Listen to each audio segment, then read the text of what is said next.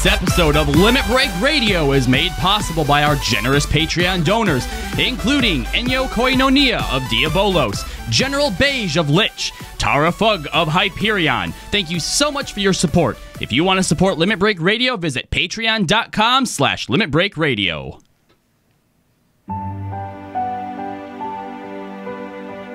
Hi guys, this is Pops from Limit Break Radio.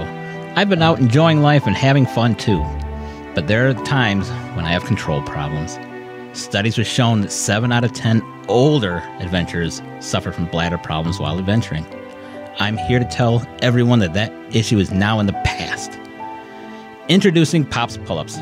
Just pull them up like you're putting on your everyday undergarments. It's that simple. The innovative leak guard and absorbency power where accidents happen most. So don't feel like you can't go out adventuring with the younger crowd. Pops Pull-Ups are here for you.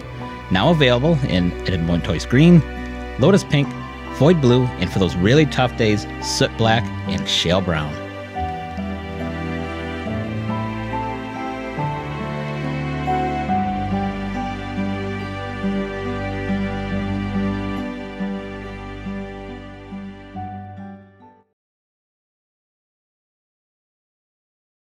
Live from Eorzea.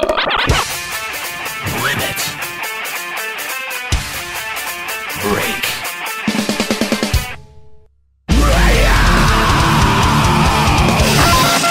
with your hosts, Nero. Now behold the horror you have wrought. Kahlo.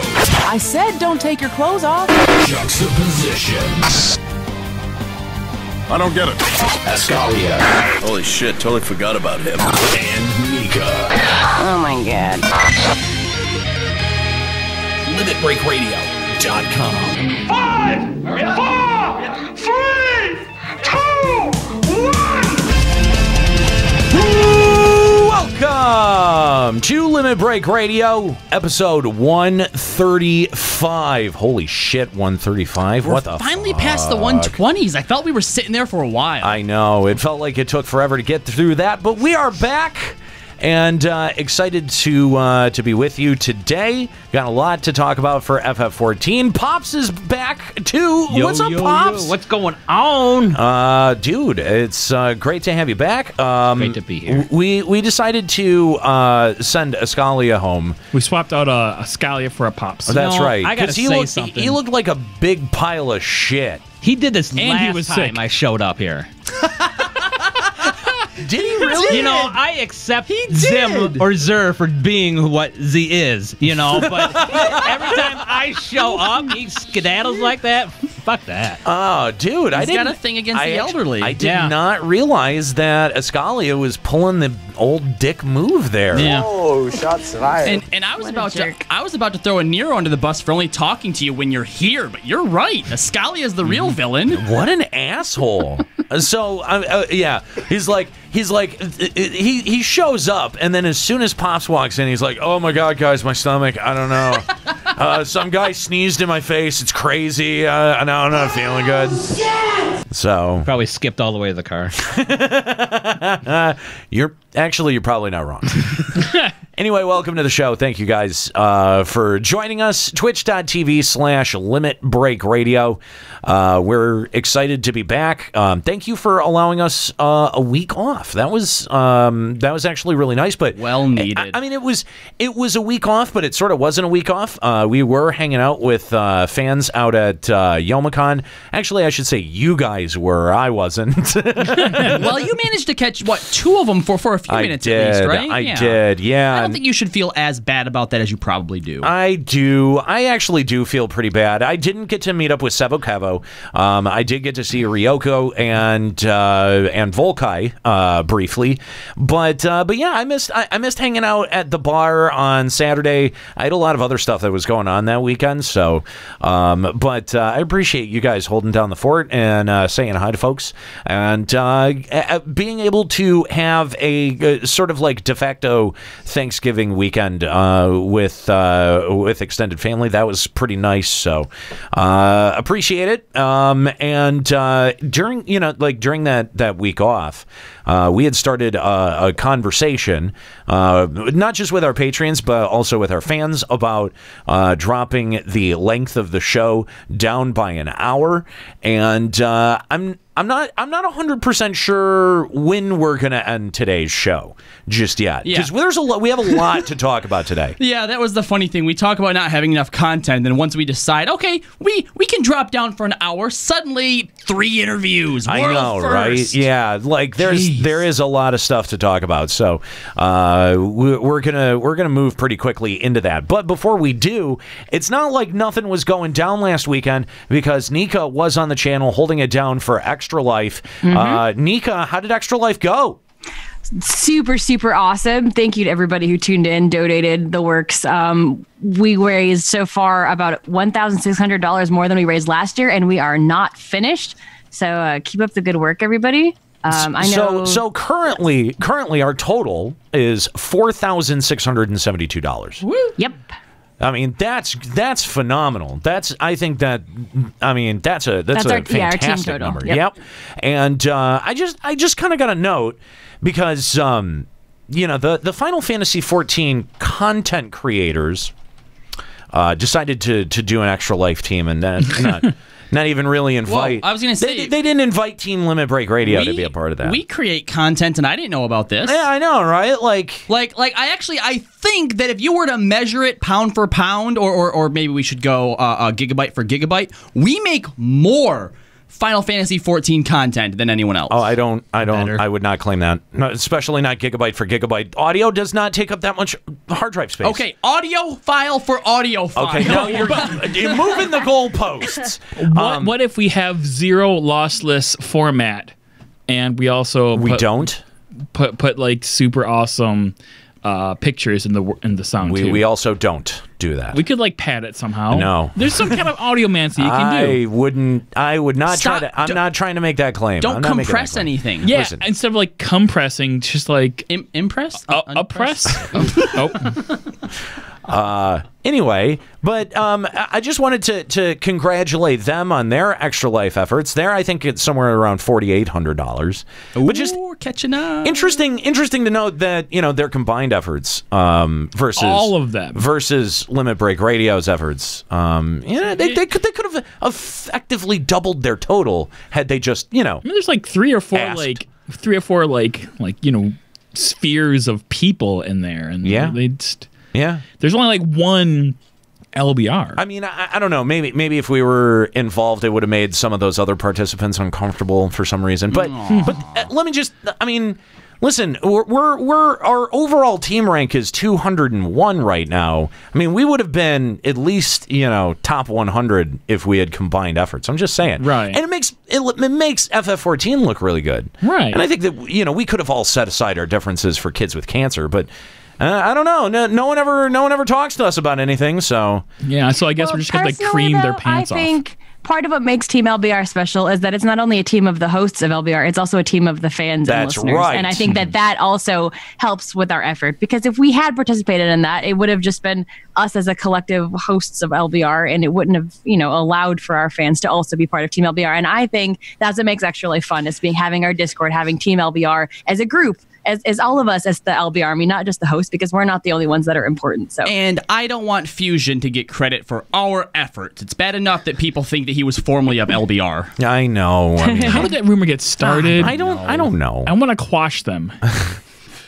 Not the rumor, because that's funny, because it makes him upset. But I want to quash the person who started it. I think it was us, because he was just on our show. I think that may have been our fault. Yeah. But I will mention, since last year this was a thing as well, because I surpassed my personal goal of beating last year's total, I once again let the stream choose my race for a month.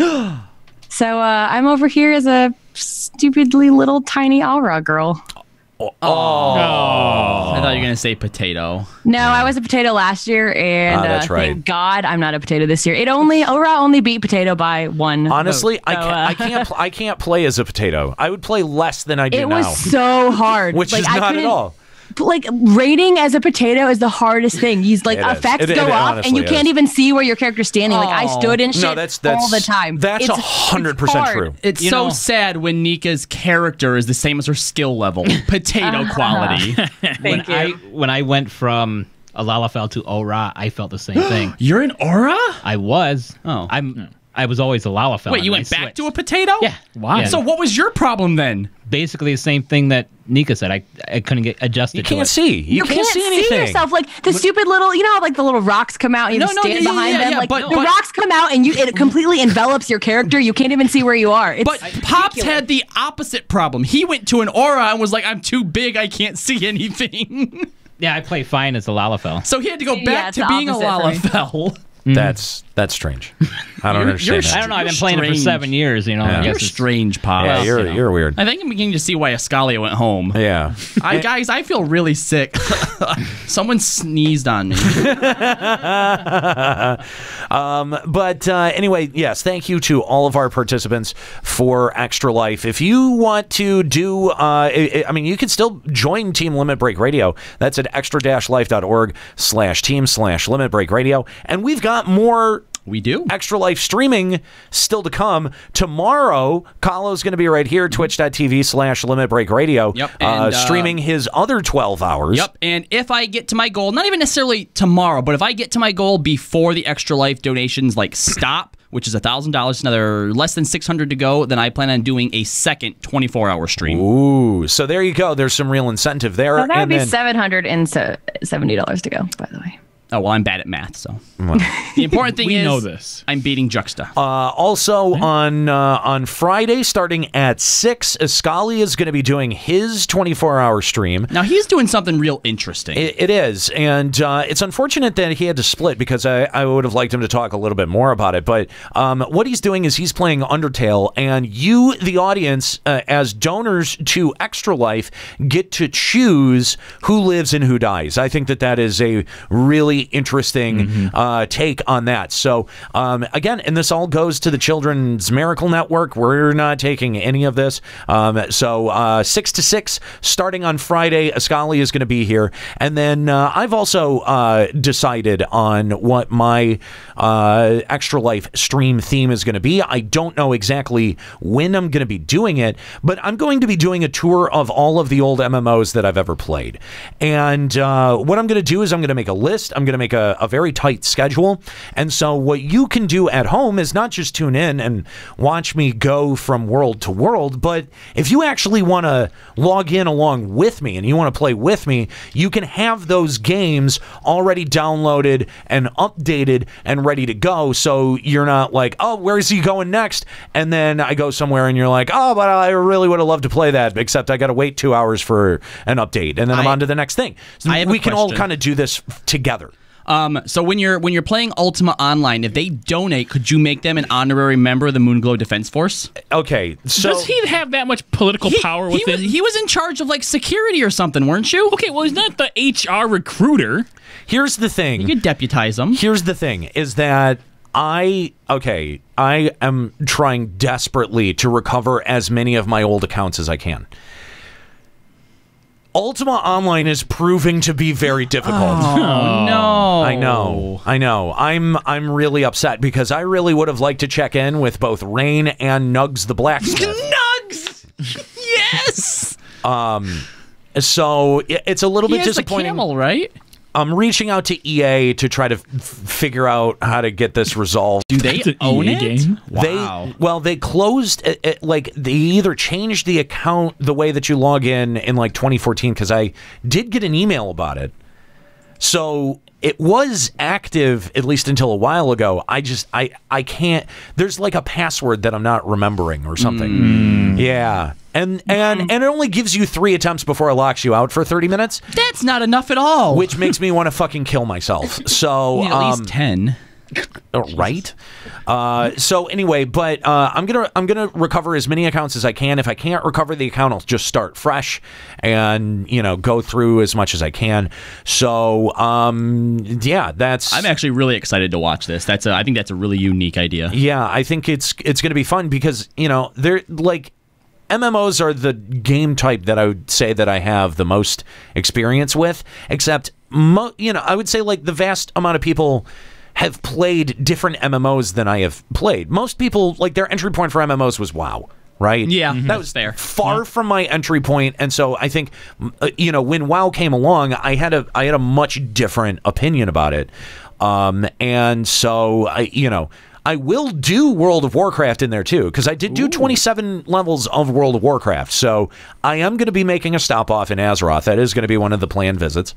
So, yeah, I think it's going to be really interesting to watch. Hopefully, I don't know. Maybe it won't be. Maybe it'll be 24 hours of a train wreck. But the thing is that you've got to tune in to find out. And I don't know when to tell you to do that. But that's the theme. We'll be putting out someday. No, soon. Like within probably the next 2 weeks. I need to do that. But carving out the time, I need a free Saturday is what I need.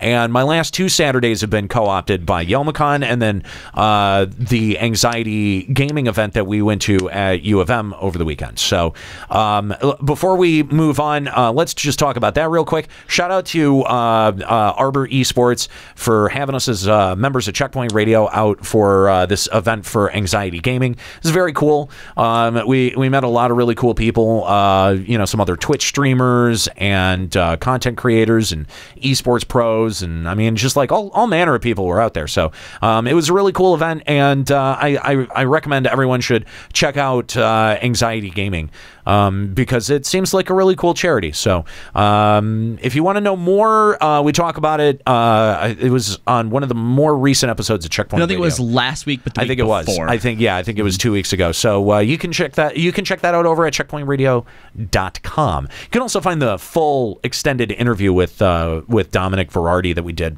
over at Checkpoint Radio. So, all right, let's check out what is going on in FF14 news. This is a Limit Breaking News Update.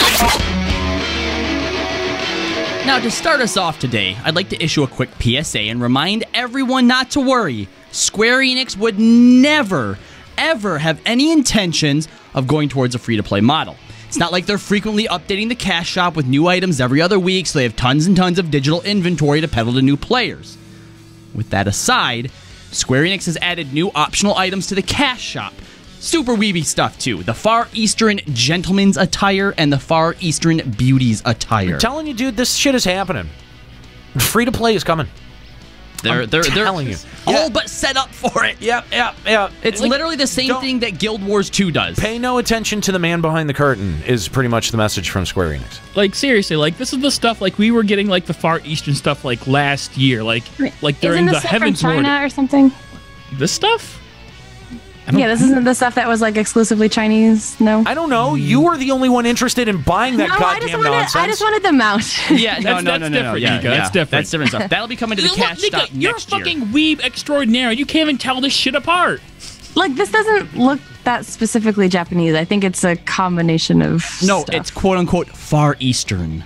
Yes. The shit that you were talking about with the mount is like shit that looks like from Kingdom Hearts. Oh, yeah. Now I remember. Oh, yeah, it kind of looked a little T2C and stuff. Yeah, now I remember. Yeah. Yep. Riku.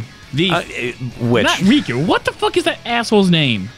Sora? Sora, that's him. I mean, maybe a little Sora-ish, yeah. I mean, the Tidus outfit is... The point I'm trying to make here is that, like, the cash shop is supposed to be used as, like, a precursor to, like, later expansions, not the stuff that should be in the fucking expansion. Especially when we have seasonal events that are just giving us usually the exact same thing that was available earlier. Oh my God. Speaking of, the Final Fantasy XI crossover event has returned as a seasonal event. The rewards according to the Lodestone page are exactly the same, which surprised me. I figured they would have made something new and put the old ones in the cash shop. Oh wait, that Far Eastern gear is new. Guess they're skipping the middleman now. Yeah. If you did this last year, you don't do it this year. No. Right, like, they're bringing it back for people that missed it, but Can you I don't even know do it why. again this year if you did it last year? I mean, you can. They're basically just a bunch of fates, so you can do the fates again for fun, but For no, fun, yeah. you can't do the event again. Oh, wow. So you can't even repeat it. No. I mean, I don't dude. think so. Like, you can't repeat the. Well, I guess the lightning one you can get like tokens for stuff. This one you just get the gear. So Yeah, there was like a whole bunch of different weapons that you could get from the 13 Yeah. crossover. no, this one is just the gear that what's her face wears. Wow. So if you did it once, that's it. So, we're drying up on content. Let's just re-release a timed quest for a few days, and then we well- can update the Lodestone page again. Okay, yeah. I guess it's nice they can, other people can do it now if they missed it, but Woohoo. Really? And I mean, I Awkward think, silence. I think It's just yeah, funny that you're they, stretching. They brought that back again once they just brought back the yokai one for those who missed it, and now they're bringing the 11 one back for so those. look forward to Lightning. Exclusivity means nothing because, yeah, nothing means anything. If What is real? up is down, black is white. Art is a lie. Dogs and cats This living whole game is together. a lie. Thank you. Mass hysteria. Thank you. That's what I was building towards. Remember when Square Enix had that contest to design furniture, guys? And mean, we made vaguely. we made a joke about how they were being lazy because they didn't have to design it, and people told us we're stupid because Square Enix isn't doing that. Well, the winners have been announced. All 100 of them. Jesus. And while turning your submission into an item isn't part of the contest prize, the fine print also mentions some entries that did not win may be implemented. And also, some changes may be made to your entry. Basically, they needed ideas. Yeah, so- and now they have over 100 new ideas. Yeah, the legal now says anyone who submitted anything to us, we can use it as an idea. Oh, yeah. One more. To whatever boring piece of role-playing weeaboo trash designed a fucking stew pot, you are the worst of the worst. A stew Hey, you pot can buy one. different colors. No. It's not even like a fancy pot. It's literally just like It's a pot an of stew. iron Yeah, pot it's with fucking stew. That's right. Fuck Yeah. you, Abby. It's got handles. To be fair, though, most of I these don't- designs are yeah. pretty cool. Like, that one's not so cool. There's one that's a fucking plate of food. But a lot of these Man, are that's so actually cool, Nika. Let's No, look at it's- the did you food. scroll down on these? Like some of these gardens that they have? Oh, Why did the fuck plate of you. food win, Nika? I don't know. I have no answers for that. Well, then Like, don't the defend Carnival Square chandelier Enix. is really cool. The koi pond is cool. No, Some of it's these, like, not. There's a couple of chandeliers that are really cool. Some fancy beds. It is not. There was one hot tub that had like a waterfall type Yeah, deal that on was it. really cool, that too. one I'm was looking at all that right right. now. Neat. But in the end, it's Cactuar still deck chair. That's sweet. in the end, Nika, it's still just fucking furniture. Okay, the behemoth throne, not the worst thing I've ever seen. That's a little bit. That's just silly enough. And Nero's like, we need that as my chair now in the studio. The step kitchen. That whole it's a whole what? kitchenette. What set. the That's so fuck is cool. wrong with us? Why did we not try to submit microphone items? Yeah, we we fucking fail. We fail hard. I like the bathroom floor. Because some of these Okay, too- I see the pun with the water. It's like Or a something. dick stage. It's like something that fucking Hugh Hefner would have been like. That's a little bit much. Like, you know what I mean? If Like, Hugh Hefner says it's a bit much, that's what I'm saying. Like, that's a little bit too Some much. of these I'm surprised aren't in the game already though. Like a garden hedge that you can put like a partition out in the garden. Like, why is that not a thing already? Like some people. That's why I Okay. think some of these basic ones won because they're like, oh yeah, we probably should have thought of that already. The cactar dock chair is actually a little bit clever. I got to admit that. It's I'm not. I cute, don't. I right? don't hate it. I don't hate it. I'm not. and there's some cool like treehouse things, like like Stuff that's never all gonna the, happen. Fenrir sculpture. Come on, that's a little lazy. a little bit. The globes are cool. Except like snow globes and water globes. Those I mean, are kinda cool. the fat cat. What is that? It looks like a beanbag chair. beanbag chair, yeah. I'm okay with that. Okay. I don't hate it. Only if it has an occasional animation where when you sit down, a bunch of the shit flies out the back. Well, I want to play on the slide. There's a dinosaur slide. Oh my god. Wait, why is there a dinosaur slide? I don't know. Shouldn't but it be a it's cute. Dommel? I think it's a dinosaur from Diadem. Actually, okay. The Trent swing is not. I don't hate. I don't hate that. They copied that from. I think there's a guy out there who, after the first Guardians movie, actually made a giant Groot swing, and that's what reminds me of. Okay. All right. Yeah. Oh, there's an inflatable kiddie pool. Jesus, there's so many entries to See, scroll but through. another thing that's really stupid though about all this is that they have been giving out the same like contest prize rewards for years now. Like, Yeah. and then everybody who won this got all of them. So it's like, okay, you get the Gala Cap, the Magic Orchard. Actually, Just so Nika, you a know. lot of get them all. Just so you know, I won all of those when I had an entry that placed, I think it was 7th for the voiceover contest in 1.0. So I mean, same things. I mean, I feel like I think the barding and the Galacap things have been newly added because they're from the Newark. And the noble barding. But they suck though. The Mandragora choker, Armand choker, Bluebird earring, and scarf thing have been around for a long Okay, the Scarf of Wondrous Red, I won that legitimately when it was a new prize for creating an aura. I am so upset that they just give it out like it's fucking trash. Well, I know I honestly think it would be cooler if they had a unique prize for each contest that they do. I know that I have all of the items except for the noble barding and the Galacap. So yeah, like even if it's just like an earring with a different monster on it, if it was a unique type of prize for each contest, it would make it feel like something. Well, like even people who get on stage in the cosplay contest at FanFest also get this shit. I just feel like it's so. They now have hundreds of different submissions that they can turn into new prizes going forward. So I mean, except that's like there's going to be a year turnaround for creating a new contest prize. Half a year, because half of that is designing. So they skipped half that step. But by the way, what's the point of entering any new contest if you're going to get the same prizes every time? I'm 100% sure. Okay, no. See, that's the thing. Like these contests aren't for veteran players. It's for the newcomers to come in. So veteran contest winners don't need to come. Do I want me to interrupt you again? I don't even remember what I was going to say. See, you let him get away with talking about Hearthstone last show, and now he's like way too like up on himself. Yeah, he's too confident. Yeah, you need to knock him down a peg. Next time he gets excited about something, fucking shove your foot down his throat. Oh, don't you worry. All right, good. It's coming. It's not his foot. Oh, Jesus. Patch 4.15 is on the way, guys. It's just around the corner. Really. And if you've forgotten what's going to be in it, don't worry, because we have you covered. You got the new PvP Rival Wings, originally slated for Stormblood release, and Perform, originally slated for 4.1 release. And that's all, so please look forward to it. I'm so mad we've heard nothing about the Relic.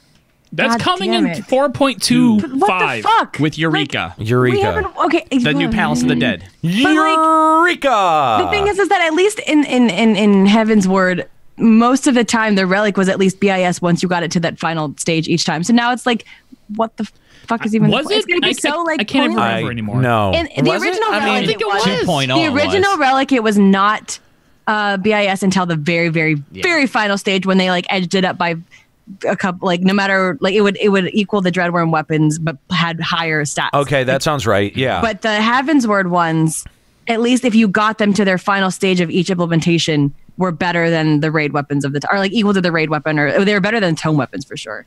So they were definitely worth using. I don't know. I checked out of the animal weapons so quickly. True. Like I was once just you could put materia in it, then it became that. No, see, this is Square Enix doing you guys a favor. Like they're being benevolent masters and they're being like, we're not going to give you the Relic quest because you guys don't want to do it. Trust me. I just feel like if they want something to keep us playing right now, that would be it. And they're not doing it. Except Yoshi doesn't want you to play.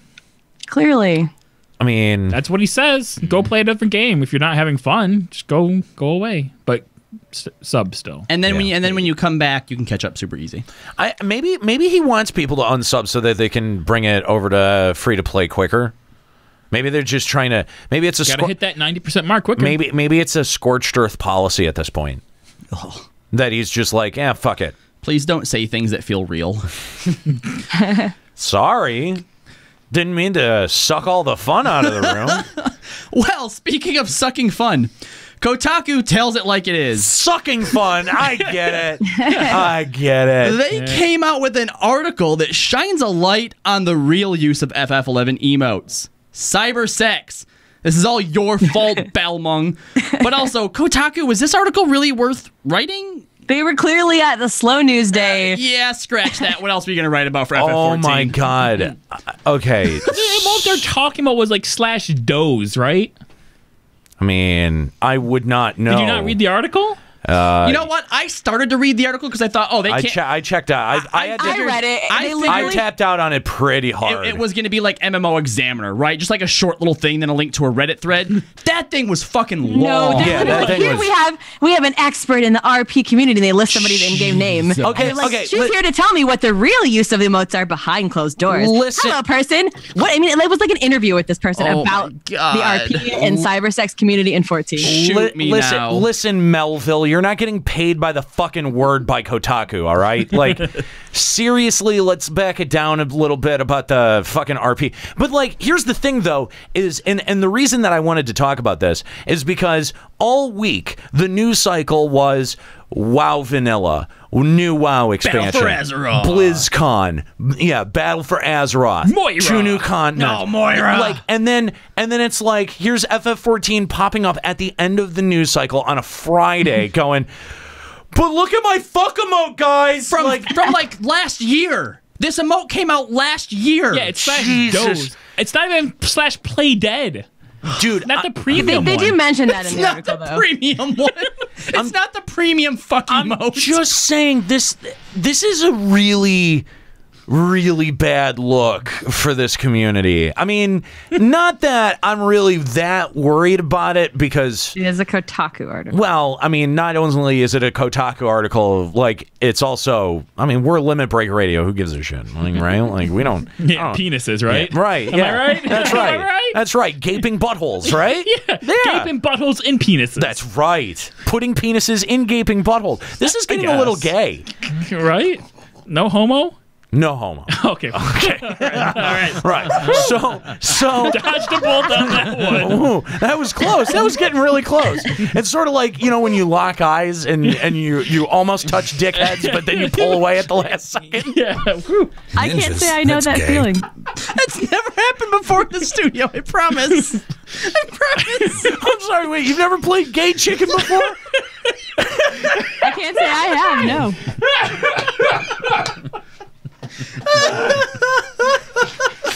I'm waiting for the Harvey Weinstein lawn suit to come down.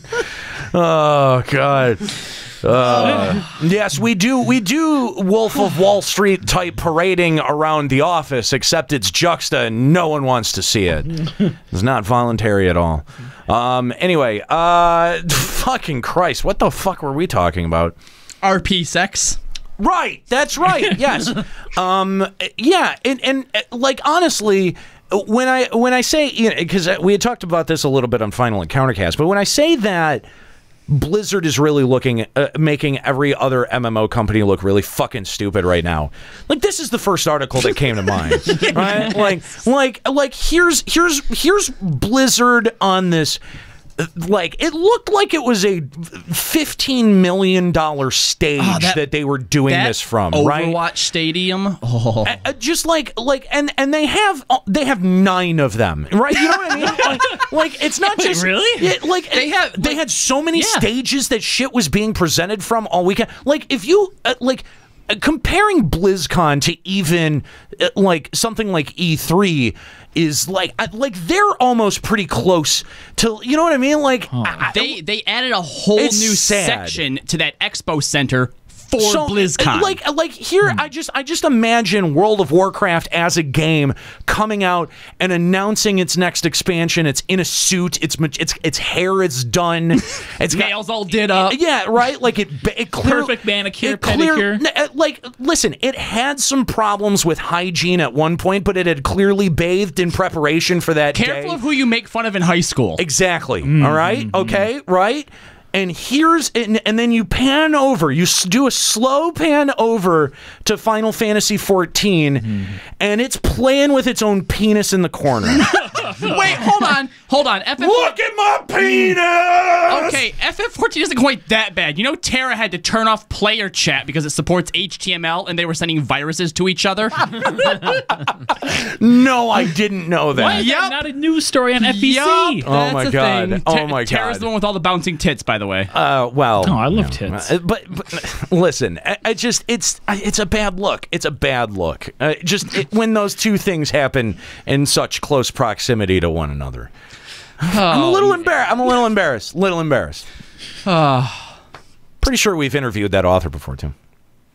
Really? I'm pretty sure. Oh. This is a name I recognized. Uh-oh. Now I gotta click the link. Yeah, now, we're... I'm actually super curious, too. We may hear about that. But, yeah, so that's all for the news in FF14. Anyway, so... Kidding, obviously. Just had to throw that out there, right? Just in case, cover our bases. Anyway. Inappropriate. Yeah, that's it. That's it for FF14 news. By the way, for anyone that tuned in last week and heard our Juxtober presentation. Last week? Yeah. Well, 2 weeks ago. Our last episode. We did our very first run of Juxtober, and we had mentioned at the end of it that there was actually we only got through one show. We had a whole nother show to go through. So I'm really excited because we get to revisit that bit. Oh, Jesus Christ. You're just fucking terrifying me. Like, we're going to do it right now. I'm watching the sweat. I'm like watching the sweat form on Juxta's brow as I'm like ramping up to it. That happens all the time. No, but I'm excited because we do get to revisit that bit, and we'll also at some point Juxtober ourselves. I'm really looking forward to that. So, but the thing is that I do want a little bit of feedback from our audience on that count, right?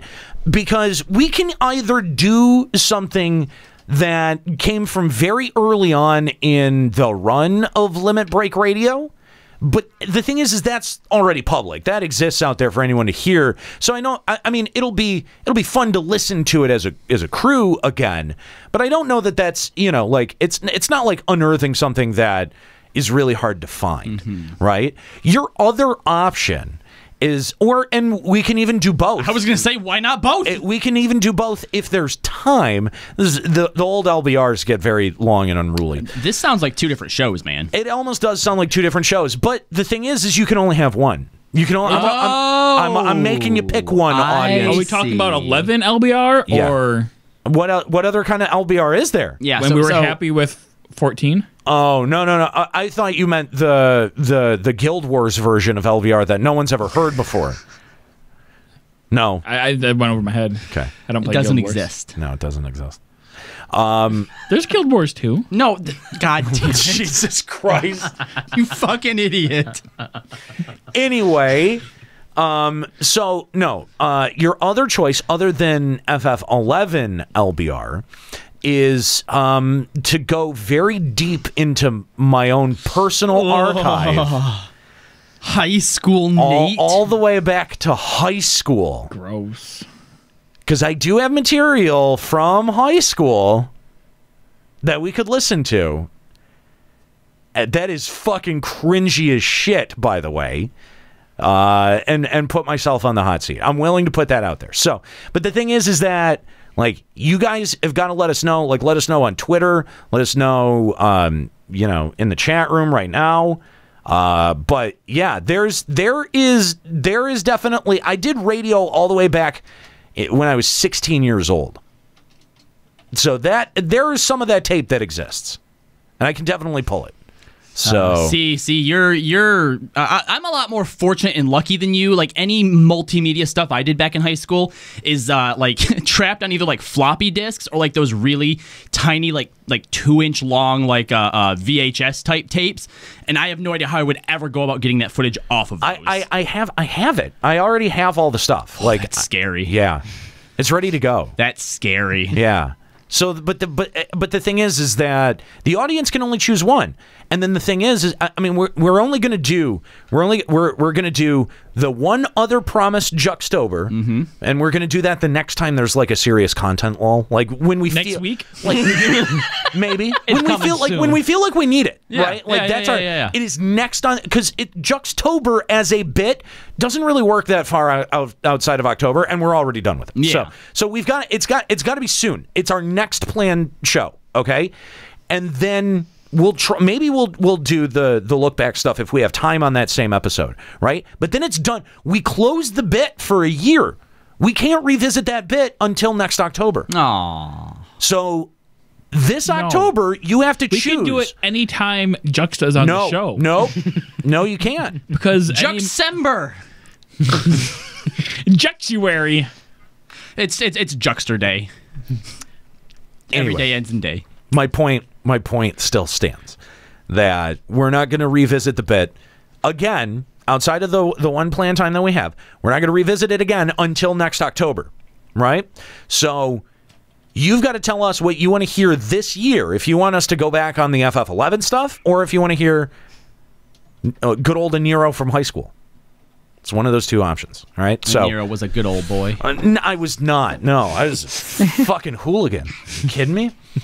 All right. So we it's been what, like 4 weeks since we've seen the release of Unending Coil of Bahamut. 29 days. Well, sorry, 29 days since the clear, from when the clear happened. Sorry. Oh, wow. What? Well, we've put off talking about this for a while. Yeah. Wow. It took 29 days from when it was released to get the clear, right? That's what it is? Sure did, okay. yeah. I just wanted to be clear about that, because that was very confusing. Yes, yeah. Well, once I said, I'm like, my point was that we've been putting this off for several fucking episodes, which is really impressive, by the way. yeah, the only other thing we do that with is crafting. Can we try more? Try putting it off more? The thing We're up to episode 135 on putting away crafting. That's true. We've put off crafting for 135 episodes. I think we can get another 135. I think so. Anyway, but Nika is now joining us finally, as Unending Coil has now been out. You're nowhere near even getting close to it. But Well, I don't know what your definition of nowhere near is. I mean, I'm still working on 04 Savage, but okay, so you're nowhere near. So you're nowhere near being able to even set foot in. But I'm closer than all of you. Let's put it that way. I mean, in the sense that, like, you are 3/4 done with a race that none of us bothered even to show up to. Yeah, sure. You'll probably also be the first of us to have a baby. Shit. Idiot. Anyway. Also, I'm one of the few that actually plays on a regular basis anyway. As is evidenced by her streaming. I played 14 during extra life. Hold on, shots fired. I'm finding it. Listen, all right. So what am I holding on for? Why are you telling me to I'm hold looking on? for the shots fired. Oh my god. Wow. Okay. Where is it? It's done. It's past. Yeah, the moment is long past. Fucking moron. Hey, check out my Beastman daily emote that I'm doing right now. Oh, how about not? How about no? Because I've been playing and doing that. Shut stuff. up, Nika. No, stop. Don't even use that as a Look, justification. you can see I'm doing Stop a it. ritual prayer. That's what it's called. Okay. Stop pretending to play this game. Anyway, so listen, shut up about the thing that you want to talk about. Jesus. It was under whoa, not oh. That's why I couldn't find it. I'm bringing a dart gun that we can start shooting at him. Please do. Yes. Anyway, like a lawn dart gun? Like pokey darts. Listen. I'm going to put tacks on the suction Oh, part. that's a great idea. Yeah. That would hurt like shit. Oh, my yeah. God. Oh, dude. It's a good thing he's wearing protective eye gear. I'd just love to see one get stuck in it, like inches from his eye. Anyway, okay, so let's talk about Unending Coil of Bahamut, because the fight design is really cool. Like I've been seeing various stages that are revealed through, like YouTube videos and stuff. And there's a lot of really interesting and clever things that are happening with this fight.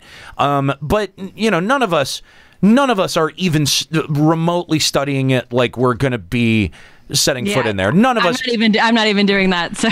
Well, but have you been even keeping up on the fight or the World First race? Like, did you have any investment in it? Not specifically, but that's because I kind of I don't know. It's been a tough battle with myself wanting to know, but then also kind of wanting to be surprised if I ever do actually get there. That's kind of fair. Because it's such a cool and unique fight from what I'm seeing. But I don't want to watch the kill video basically because I don't want the entire thing kind of to get spoiled. Yeah, no, and I kind of get it. The thing I think the thing that I keep seeing that it really impresses me are these sort of like really clever and inventive ways that they're interacting with the player space and the players in the battlefield. There's one moment where it looks like it's a wipe, and then It's not like it's. I think it's like a battle res that happens, but it's an event that happens. Oh, it's like a story battle res. Yes, and the way that they did it, or at least the way that that video made it look, was just like, wow, that was actually really, really fucking clever. And I wish that we had seen more stuff like this in other places. So, I mean, and Nika, I do appreciate that, you know, you've tried to remain a little bit unspoiled for it. But I mean, like, are you looking forward to challenging it? Like, when do you? I am, but I feel like it really depends on, like, let's be fair, everybody's interest in this game is dwindling, even my raid group. So like we've gone into X Death a couple times, and I just feel like every week we're like, yeah, okay, let's go in for 30 minutes, let's go in for an hour, and then let's not go. There doesn't seem much of an urgency there, right? Yeah, like, there isn't, and I feel like is that a marked difference, like sentiment difference on the part of like your team? It is. I feel like 1 through 3 we all really cared about clearing, and then once we cleared 3, we're just kind of like, okay. And so I don't. It's hard. I don't know. Like, I really want to do it, but I can't see myself doing it until probably like Echo, at least until Echoes come out for the current stuff. God. I don't know if they'll put Echo in on Ending Coil, and I hope they don't. Well, but here's the thing, though, is that if you're already experiencing demotivation at 4, what happens at the next turn? When the next turn of the raids comes out? Yeah, like, I don't know. You know what I mean? Like, are you talking like overall that the future of the group is uncertain? I don't want to say that. I don't want to speak for people in my group. But I just feel like our motivation as a whole team has not been as high as it was during the last 3 turns. I mean, I think but I don't think you're alone. I think that, and that's the point that I'm driving at, is that, if and again, Nika, if you're I would say, you're the most dedicated out of the bunch of us, and we're all very big fans of FF14. For as much as people want to say that we're not anymore, I think that this is indicative of a real problem, where if even Nika is pretty checked out of the fact that, there's a big world first progression race going on.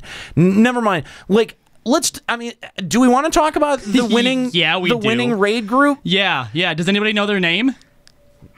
Anybody? From what I've heard, they have not come up with a name. So how are you gonna you had a month to come up with something. Let me tell you what I've heard. Okay, like when it was cleared and everyone came on, they're like, oh, hey, someone cleared. Like what it seems like is it was 6 out of 8 people belonged to the old world first group in Japan called Lucrezia. Like that. So let's call them Lucrezia. But they don't want to be called that because that group has been officially disbanded, and 2 of their members were not from that group. Oh, okay. Well, and so they've then come up with a new fucking name then. They've had a fan dubbed name, Insomnia, which they also apparently hate because I think that implies that they did not sleep to clear this, and I don't think that they want to be associated with that. Well, yeah, that's very important. If you don't want to be associated with it, come with a name. I don't know. They didn't come up with it themselves, and so I don't think they like being called that. Okay, all right. We're gonna give them a name. We're gonna give this raid group an official name, because they don't. You know what? You only get so much choice in the name that somebody shit dongles, and it's been over a month. Yeah, and you can't just reject titles. So here's the thing. We've got what 180 people watching us. All 180 people need to start referring to this group immediately as whatever we decide. And I think, should we let the chat throw some ideas out? They already are. Oh, okay. I'm pretty Bahamut butt plug. See, I'm pretty partial to calling them the Spaceys. The Spaceys? The Spaceys. Kevin Spaceys. The Kevin Spaceys. That's what I think. I think that that's a really appropriate name for them. And I think that they should be proud to wear that name, too. Why? I don't know. Because, I mean... Because they're... I'm in some small way implying that they make passes at 14-year-olds. I think that we should look. These guys. Wow, Nika nailed it. Oh, sorry, guys. You are forever known as the Spaceys. But and wait. Here's the problem. If you ever want to disassociate yourself from that name, you've got to change your raid comp. Someone's got to go. I think. Look. You're now the Spaceys. They are champions, guys. They play at the highest level of play, not unsimilar to the Red Sox. I think we should call them the Brown Sox. No. No. Spaceys. Spaceys. Okay. I think the Spaceys is already stuck. Yeah. That was a swing and a miss, Kahlo. That was a poop shot joke. I will say you should have realized that the moment had passed. You weren't going to get any laughs. Nika had already stolen the punchline. She got away on accident, by the way. She nailed it. I think that she nailed it. I think that was the biggest thing. Is I didn't want her to have it. Yeah. See, fine. too bad it's mine. But now you can make it worse because she didn't do it on purpose. It was an accidental. But Well, you know what? I think making a fool of myself was worth taking some of her thunder. You didn't take any of it. I took a little bit. So everyone we're all agreeing. Everyone calls them the Spaceys. Yep. So congratulations go out to the Spaceys, World first. for their world first group. And let this be a lesson to you. Actively choose your own name. Can we now also make fun of the people that thought it prudent to put up world second and world third videos? Yeah, you guys are fucking losers. Get out of here. I googled You guys are losers. You have no accomplishment. I think that's still pretty cool. Fuck them. not. You losers. Stupid. You stupid assholes. Why would you even post a losing video? Look, that's just proof. That's just right. It's not still server first. It You guys doesn't call me matter. server It doesn't first. matter No. if it's server No. first. If it's not world first, it's not fucking first. If you ain't you're first, not you're last. You're last. Exactly. Bobby. Fuck them. say, Fuck I'm not- them and their losers attitude. You know what that is? You Fuck suck at you. everything. You suck at FF14. That's- Go delete your characters, drop all your fucking gear, because you don't deserve The it. only person that matters are the Spaceys. That's right. Yeah, you guys just look like you're asking for a participation trophy. That's right. So Idiots. So if you're not the Spaceys, I don't want to see your fucking clear video Delete because your it means fucking Twitter. nothing. Yeah, delete your Twitter. Fucking pack up the YouTube videos. You're done. You're done, Claude. Fucking done. I will say I wasn't so checked out of the race, and the fact that I did see that there was it was either an NA or an EU group. I want to say it was probably an NA group that actually had to post like a formal withdraw from the world first race on Twitter because people were.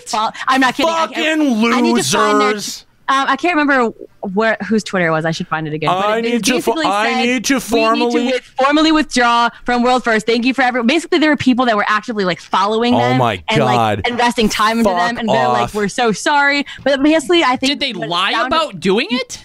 No, what it sounded like is they had all taken off a week of work, all Yeah. of them, to play 100% of their time. So like they had been Okay. doing nothing but like eating, pooping, and playing this game. And I think that they're like, but we all have to go back to our work. We cannot take off so longer than hold a on, week. hold on. And they said, So- so unfortunately, we have to back out of the race. Fucking losers. What? That is so fucking unnecessary. Let me, Yeah, but there were people that were responding that they were like mad. They're like, I can't believe I like watched you for an Okay. entire week and you're not going to even try. And You they're know like, what your "We're not- response we're to those not people is? trying. No, We're just not no. doing it every second of our time." Your response to those people is "fuck you. We are human beings. Go eat a dick." Well, yeah, that's basically what they were, but just formal, like nicely.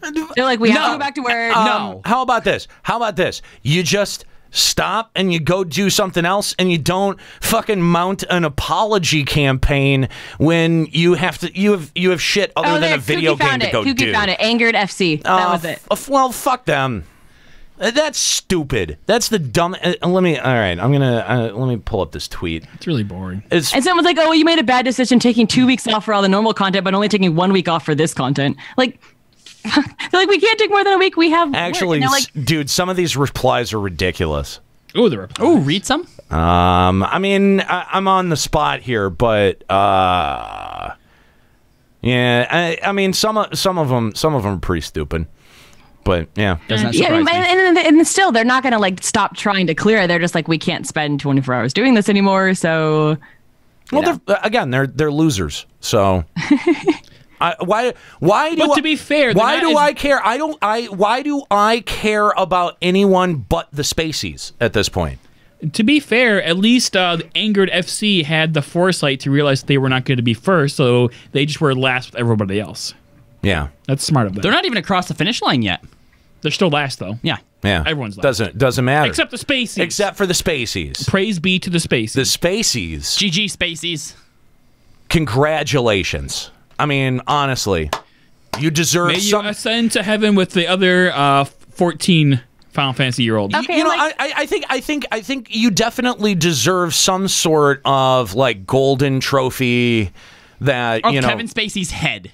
Well, I was, Thinking like Golden Shower. All right, Strife says this was the FC that cleared Neo X Death. Okay, but they didn't clear Unending Coil, which is the important one right now, Nika. But I guess that's why they had to say, okay, guys, we can't do it. Oh my God. No, they did not. Boo-hoo. They did not. Boo-hoo. They did not. Nobody gives a shit. Nobody gives a shit. No. Call us if you disagree. If you actually do give a shit and you want to put us in our place, give us a call. We'd totally take your call. Limit Break Radio on Skype, 810-515-8715, limitbreakradio.com/Discord. You can tell us how wrong we are. I mean, we're not. We're not. No. There are a cool few little factoid things from a previous interview we never got to that I wanted to read over a few of these. So apparently the person in charge said when designing it, there is no way I would ever allow players to restart the battle halfway through, similar to how they do with X Death. I appreciate that. Good. Right? The ultimate battle shouldn't have like a halfway through button No or whatever. checkpoint. Radio. They said the whole fight is basically about just dealing with mechanics, so there's not really much of a DPS check except at the start. So if you're not clearing it, that just means I think down to a fundamental level, you suck, right? That's right. Just ignore. Yeah, It's a math. It's a math problem. It's a math problem. Yep. You suck until X equals good. Yeah. Until X equals good. There you go.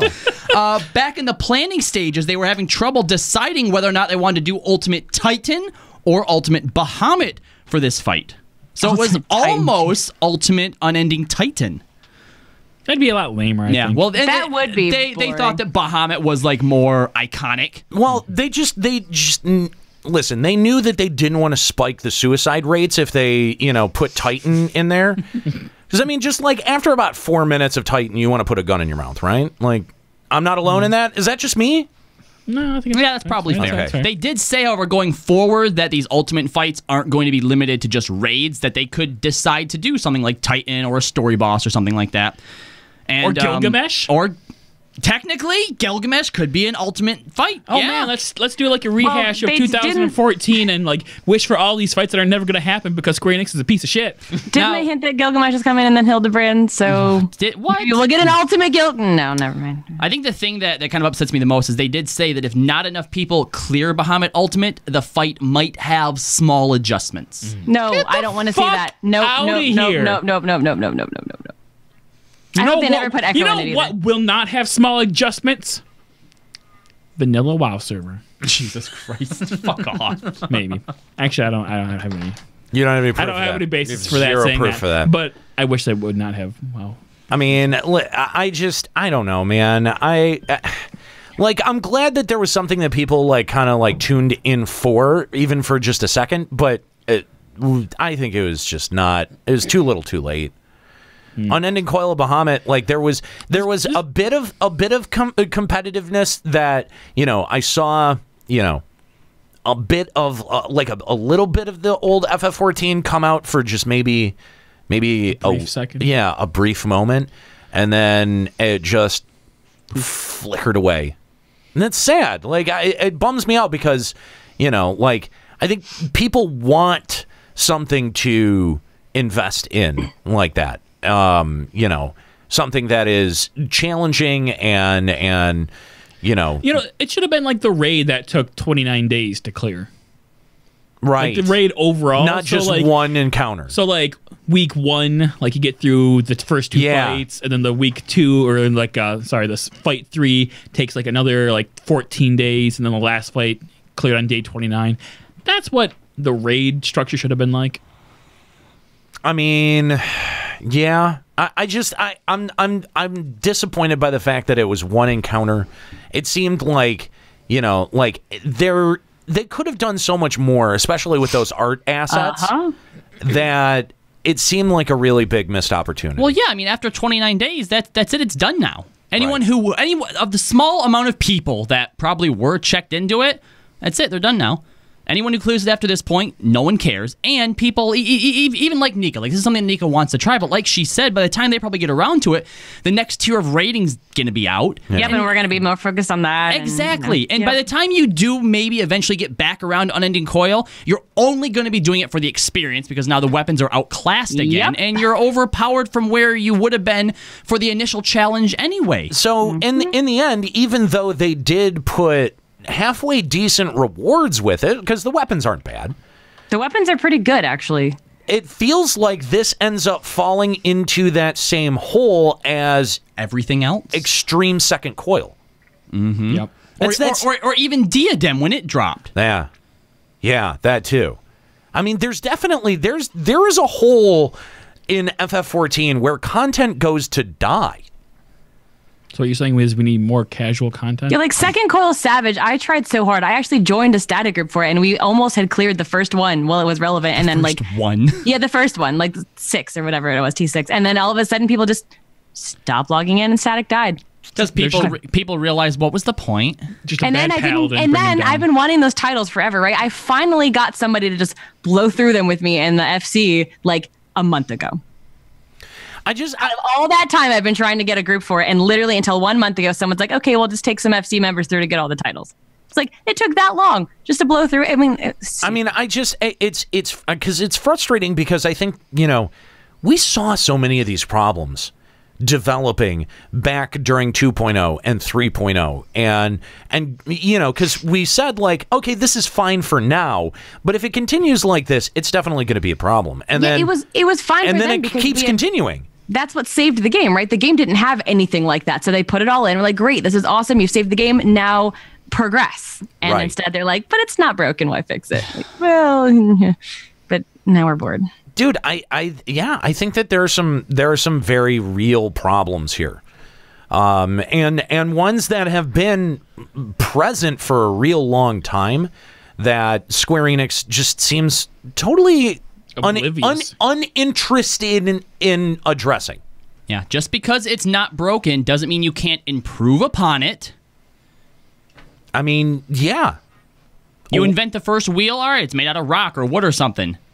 Now look at them. It really bothers me because you would think that the way that they've designed FF14, that it was FF11 that was the colossal economic failure, not FF14 1.0. Oh. Right? Because, let's think about this. FF11 is the most profitable game in Square Enix history. And it would stand, you would think and I've laid this out before, you would think, okay, well, then FF14 has even a higher price point and more people are playing it or have played it or have bought copies of it, that it would overtake 11, right? Like eventually. Not so. Because the development costs associated with 1.0 too high were so disastrous and had such an impact that number is drastically lower than most people assume. So FF11, still to this day, stands as Square Enix's most profitable game.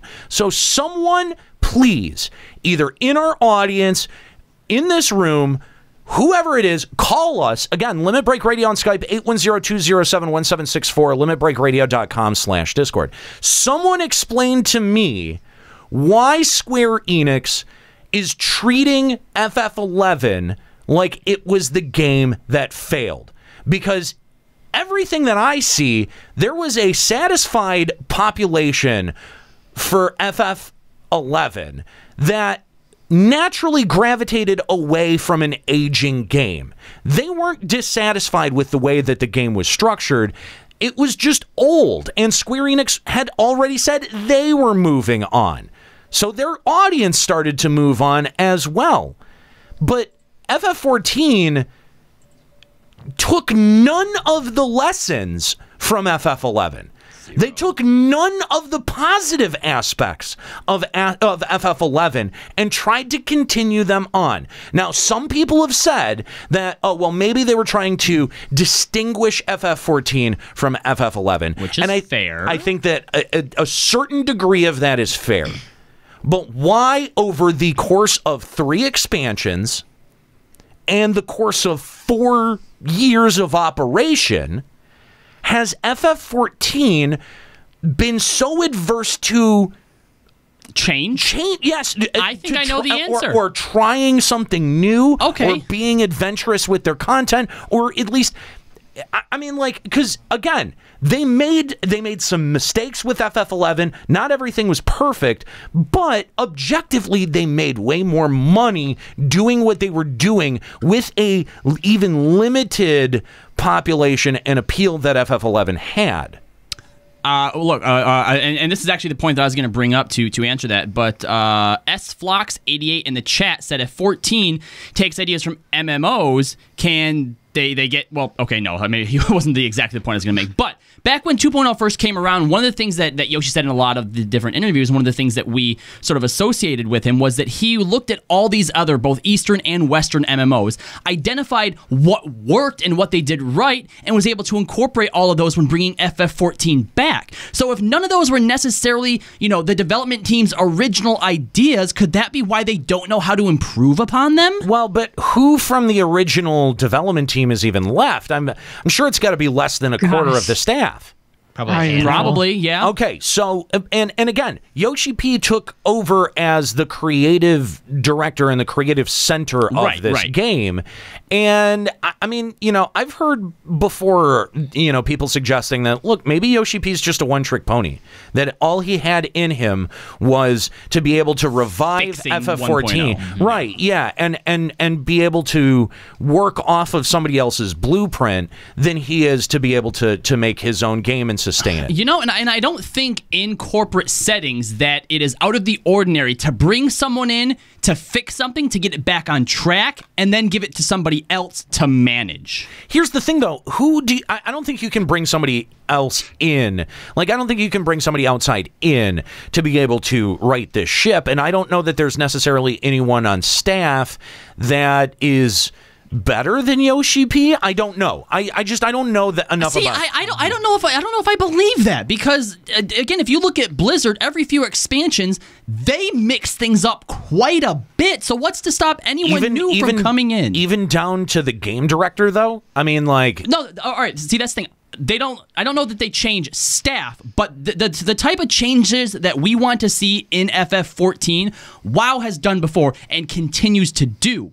So I think what some people want is to see Yoshi-P taken out, someone else put in there that can take what they have and change it up a little bit. Well, and now we have all kinds of quotes from Yoshi-P that, oh my God, like some of them have elicited an extreme reaction from the community. And I think that there are more than a few people who are questioning if Yoshi-P is the right person to be at the helm of this game. Mm-hmm.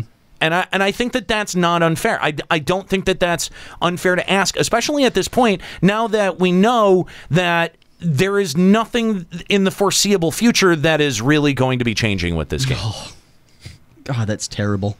To feel that way at the beginning of an expansion instead of when one's winding down is crushing. Mm-hmm. All right, so this is, I guess, you know, if anyone wants to talk Unending Coil of Bahamut, or if anyone wants to talk, you know, or explain to me why Square Enix seems intent on treating FF11 like it was the game that failed, you can give us a call. Limit Break Radio on Skype, 810-515-8715, limitbreakradio.com/Discord. We're more than willing to take any of your calls on this.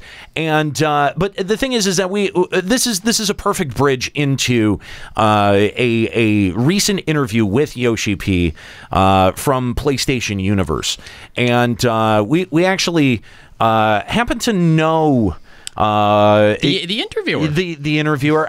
Do we want to? I don't think we want to out him. Do we want to? No, yeah, he doesn't mind. He actually, really? He actually came and provided, you know, the link to us, and he was in the chat earlier. Said I came to see if my interview got read. Oh, okay. So LBR viewer and friend, because we hung out with him out at FanFest, Real Chile. He was the one who got to conduct this interview. That's right. Yes, he's right there in the chat. Yes. All right. So here we are and congratulations, Chile. This was definitely an interesting read.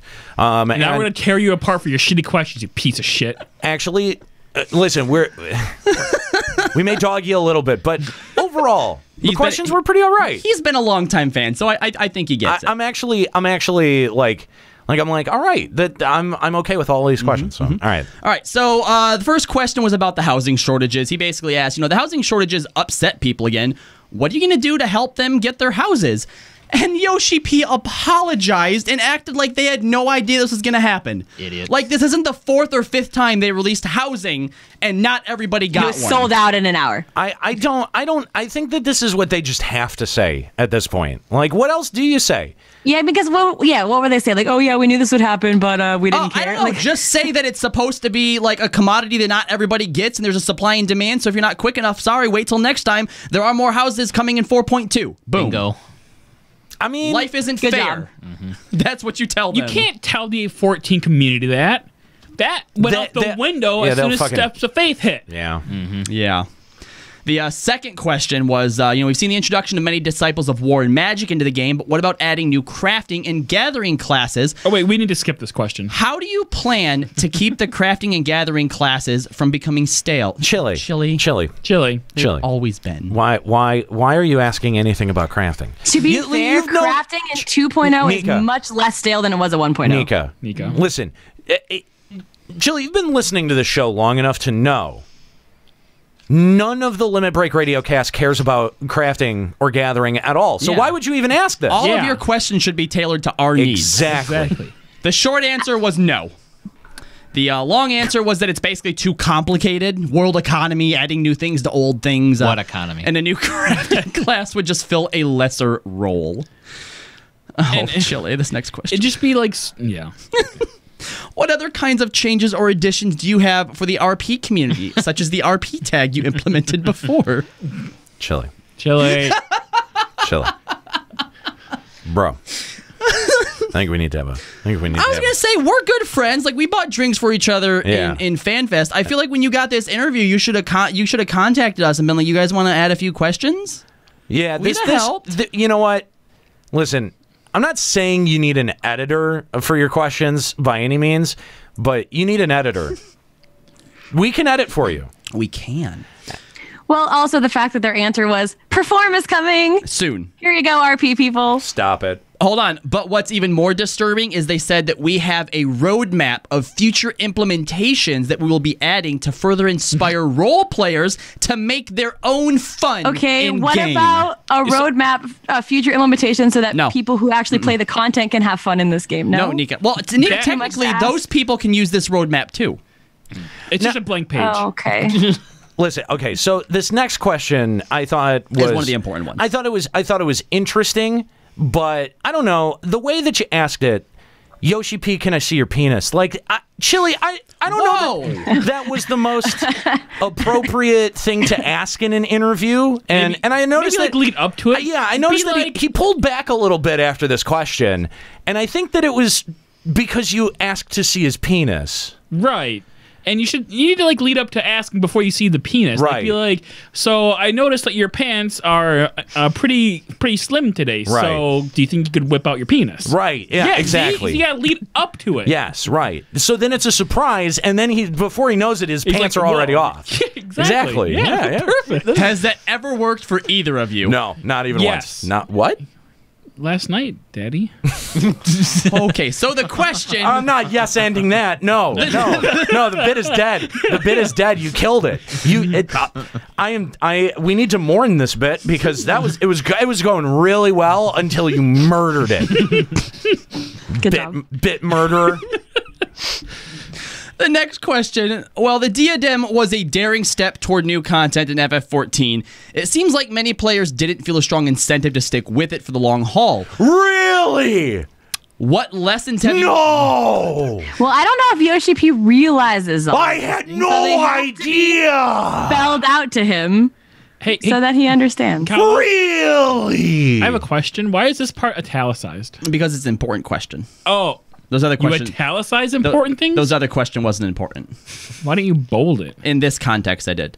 What lessons have you learned from Diadem, and what kinds of changes can we expect to see when Eureka is implemented? What challenges have you encountered that have delayed its release until 4.2? I love the fact that because I don't know why I feel like us connecting Eureka with Diadem was like a quintessentially LBR thing, but it is just like the entire community at this point is just assuming that Eureka is Diadem 3. Yeah.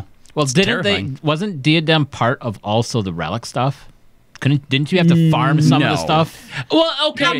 No, there was Dawnborn Ether Sand you had to gather from there. And there was like gathering and crafting stuff that you could do, but you could also just buy that on auction. Well, someone had to do it. Someone had to do it. So technically you're right. But he did say that Eureka was part of the relic stuff. So maybe that's where a lot of the people are drawing the correlation. So Yoshi-P answered, this can be said for Diadem as well, but when creating content for Final Fantasy XIV, we don't envision anything we make as content. We want people to continue playing for an exceptionally long time. I'm going to stop right there. How long did each of you play Diadem? Yeah. Because for me, it wasn't even a month. See, okay. Like, I think that this is their vision. They say, okay, let's put something in that they can play in the short run and not give a shit about after 2 months. Like, that's what exactly. Out said, we don't think about the future of our game when we put stuff in. And that's what they literally just said. And here's the thing: is that we receive so much flack every time we put out there or imply that Square Enix actively does not care about the veterans of this game, actively does not give a shit about the people who floated them through 1.0, about the people who bought the boxed copy of 2.0, who bought the collector's edition of 2.0, and was paying that subscription fee for the entire duration that these servers have been running. They distinctly care. In fact, they care quantifiably less about you than the people who have not spent the money to buy this game. This quote proves it. This quote puts all of the contempt that they have for their long-term players on display in a fucking museum case. There you go. Look at it. Look at it. Look at it, FF14 community. Fucking eat it. Eat every fucking ounce of it. Because this is what FF14, this is what Square Enix, and this is what Yoshi-P thinks of not just you, but this is what they think of your money. That's what they think of your support and your money. They could shit on it, and they don't give a fuck. He goes on to say, we have designed the game in a way that entices players to strive for high-level items, or for high item-level weapons or equipment, or enjoy the aspect of leveling up with our content updates. Since there is a level cap in the game, coupled with the fact that we increase the item level on equipment with our updates, it really is hard to imagine content existing that can be played for an extended period of time. Oh, really? Like every other MMO has done before you? They seem to figure it out. That your predecessor did? They seem no. Let's not even go into even if they have to shoehorn it, they make it work. Listen.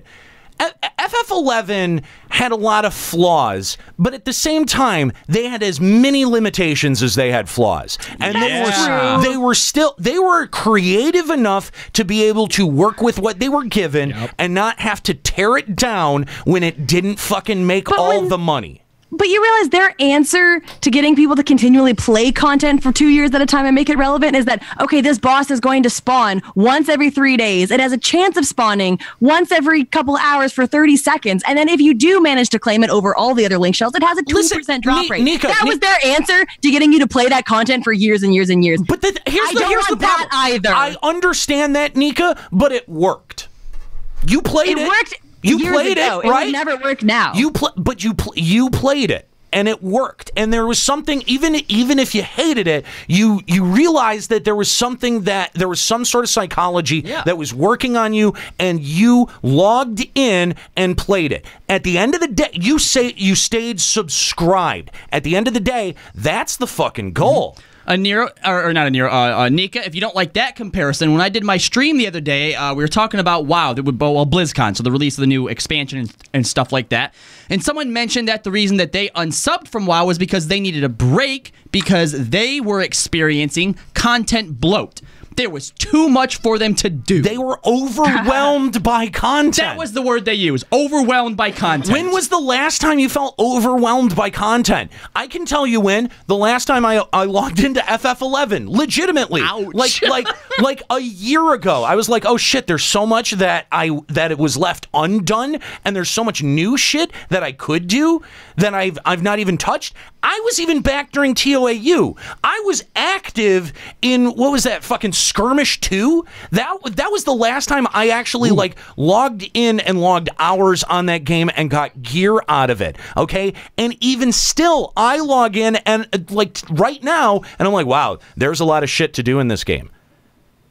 Yeah, but also if you stopped playing 14 for a year, you could come back and say there's shit to do. No, you couldn't. Mostly in the form of a story quest. No. Because here's the problem. Here's the problem, and this is the exact problem, is that right now, what am I doing to be able to get tone gear? I'm doing dungeons, I'm doing easy raids, and a combination of those two to get tomes and to get unlock items, right? What's if I stop playing for a year from now, what am I going to be doing to get tomes and to be able to unlock gear and shit?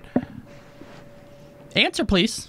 Please? The same shit. Exactly. Okay, but holding, that's the problem. Wait, but not just that, Nika. He's not maybe a couple new dungeons and new storyline quests. This is the problem. He doesn't have to grind out the gear he was at, then the gear after that, then the gear after that to catch up. Exactly. He just has to grind to get the same stuff everybody else is already getting at that Precisely. point. I'll suck for 2 weeks. Yeah. I'll suck for 2 weeks, but I'll catch up. I know. I'm just trying to find something. It's not but that's the thing. But when you minimize the problem, it makes it feel like like that's what you're doing. You're minimizing the problem. And again, I think that we've got to hold developers accountable for the mistakes that they make, especially when they're under-delivering. We're paying every month for this shit. And look at the contempt that Yoshi-P is able to throw into an interview towards his community that pays his bills. And this is not direct one-to-one, right? Like you're not donating to Yoshi-P's fucking Patreon to be able to keep this game running, right? Like you're paying for access to a game that you should, in theory, find satisfying. This is a service issue. That's I think a better way of putting it. It's a service issue, and he is as an employee and an extension of Square Enix, and the most responsible party in this entire, the one who's calling the shots in this entire equation. He's the one that's got to be held accountable. Mm-hmm. If you went to a restaurant every day and got shitty food, you wouldn't just keep going to get shitty food, would you? You wouldn't blame the waitress. No. Well, well, some people do. Mm-hmm. Those people are idiots. Exactly. Yeah. And you don't blame the delivery driver. No, you should definitely blame your delivery driver. But it's actually it is almost like a perfect, like almost like a perfect parallel, Yeah, right? There you go. Comparison. And there are people who do take it out on the wait staff, and people have accused us of unfairly taking out our frustrations on maybe the low level dev team, and we have said that, like, whoa, this has got to be the laziest dev team on the face of the planet, blah blah blah. We've talked our fair share of shit, so maybe we're a little bit guilty of this too. At the end of the day, who is the one that you have to hold responsible? It's either the head chef, either the head chef or the owner or the manager of the restaurant, the person who manages everyone else. Even the chef, right? Like even the chef has choices, right? Like if the ingredients are shit, then you get new ingredients. Yes, and as a chef, I don't know if you have the ability to choose where you order your ingredient. Well, some do. And really depending if you had a multi-million if you're a sous Japanese chef. company, right. you can choose your ingredients. Right, but you work for Jet's Pizza, and even if you're you're the manager, you don't get to choose okay, well, I'm going to do business with this pepper farm versus this pepper farm, right? Some businesses do allow for some of that, right? Yeah, right. A little bit. But there are choices that happen at every level, at a level higher than you, and it's important to distinguish where those choices are being made and where those decisions are falling flat, and to hold the people who are directly responsible for those decisions accountable. I think that all of those things are important. So, when we sit here and we bag on the dev team, really it is, I think at the end of the day, it's Yoshi-P that deserves the heat. Because if we slough it off on Square Enix and the people above him, that lets him off from the responsibility of making the shitty decisions, and then he gets to collect all the glory. And if we're sloughing it off on the people below him, that's punching down. Maybe there are people down there that are responsible for it, but we'll never know, and we don't really even know who they are. Maybe they have really good ideas that have engaging content, but Yoshi says no. Yeah, we would never know. Nobody knows. Yep. He goes on to say, we tried a few different things with the diadem. In the first iteration, we focused on content where players farmed enemies without many clear objectives, and then toyed with the idea of having players complete objectives with a big surprise waiting for them in the form of a monster. Really? Yoshi-P? Cool surprise. You thought that what Cool you did surprise, in diadem was different ideas? Cool surprise, bro. Okay. Nice. Eureka was developed based on our experiences from creating that content. The idea behind Eureka is to give players the opportunity to experience content that has a completely different set of battle rules from field or instant content. That's a fair goal. However, it has been taking us time to develop due to its scale and completely new system. It shouldn't be much longer, though. Now, before anyone gets excited about this, I would like to reference you back to content we want people to continue playing for exceptionally long time. It's not going to be that. So they've put all this time and effort into it, but it's still probably going to last a month or two. I don't know. But if they learn something from this and they can build off of it with future content, maybe. But that's what we always say. If they can continue, like if they find something good and they continue to build off of it, then they've got something there. That never happens. That's such basic, guys. If they have a good idea, then they'll have a good idea. And that's here. But here's the thing: is that they and we even said this at when we had the first diadem. There was good ideas there. There's potential. There were. And what did they do with 2.0? They gutted the whole fucking thing. They took all of they didn't even take the stuff that worked or the good stuff. They just made a whole new thing. And the only good idea they had was trying new things. That's it. Here's the only system that they delivered on expanding, and they did in a good way, and that's Palace of the Dead. That's it. But they haven't expanded that yet. That's what's driving me crazy is that everything about Palace of the Dead was repetitive. It was one objective: kill X amount of monsters, go to next floor. Like if they take that now, give us a new deep dungeon, expand on its objective thing, give us that would be perfect. We haven't seen it or even heard about that content. I'd like to refer you back to part of this answer here, where he says that Eureka is to give players the opportunity to experience content that is different set of battle rules from the field or instanced content. You know what has different rules from the battlefield or instanced content? Deep Dungeon. Deep Dungeon did. You think they're going to just cram the two together? No. I think it's a possibility. I hope not. It's so fucking better. No. Not. People are expecting so much from Eureka. Something new, something fresh, something exciting. Why expect that, though? Yeah, why would you? Why would you? Because you want to play this game and have fun with it for a change. Here's the thing. That's why you expect it. And when it doesn't happen, people are going to quit. I'm not even saying that what you just described can't be this if it is combined with Deep Dungeon, but then I think you're also going to upset people because we like Deep Dungeon. We want a Deep Dungeon, and we want Eureka to succeed, right? But if they have to mash those together, even if it works, I think people are going to be very disappointed. You think that's why we haven't heard anything about the next Deep Dungeon? Because we haven't heard anything about either of them until just right now. This is the first little bit we've started to get about Eureka. Yeah, we still have nothing mentioning Deep Dungeon. And they've also previously said that the way that you're not going to go into Eureka to create your weapon or whatever, but I forget the wording, but it sounded an awful lot like the way that we leveled up the weapons in Deep Dungeon. Weapons or no. Yeah. I think they're just going to jam these two systems together and shoot. Please no. Why not give us two different pieces of content? Whoa! They can't, Nika. That's too much. Especially because they already have a foundation for Deep Dungeon. The track record shows different. No, Nika, what you just said is the key. They already have a solid foundation for Deep Dungeon, and they want Eureka to succeed, so let's build it upon the solid foundation. And rehash content. Or they just build a better Deep Dungeon and then give us something else, too. You're asking way too much of them. Clearly, I am. Mm-hmm. Yeah. Next question, it says, what other quality of life changes can we expect now that you have the updated servers? Yoshi-P said that there's two things. The first is the development of a large-scale new system surrounding the glamour system and player inventories. Oh, that's good. Okay. You know, maybe something that could more easily support a free-to-play model. We have to buy glamour crystals.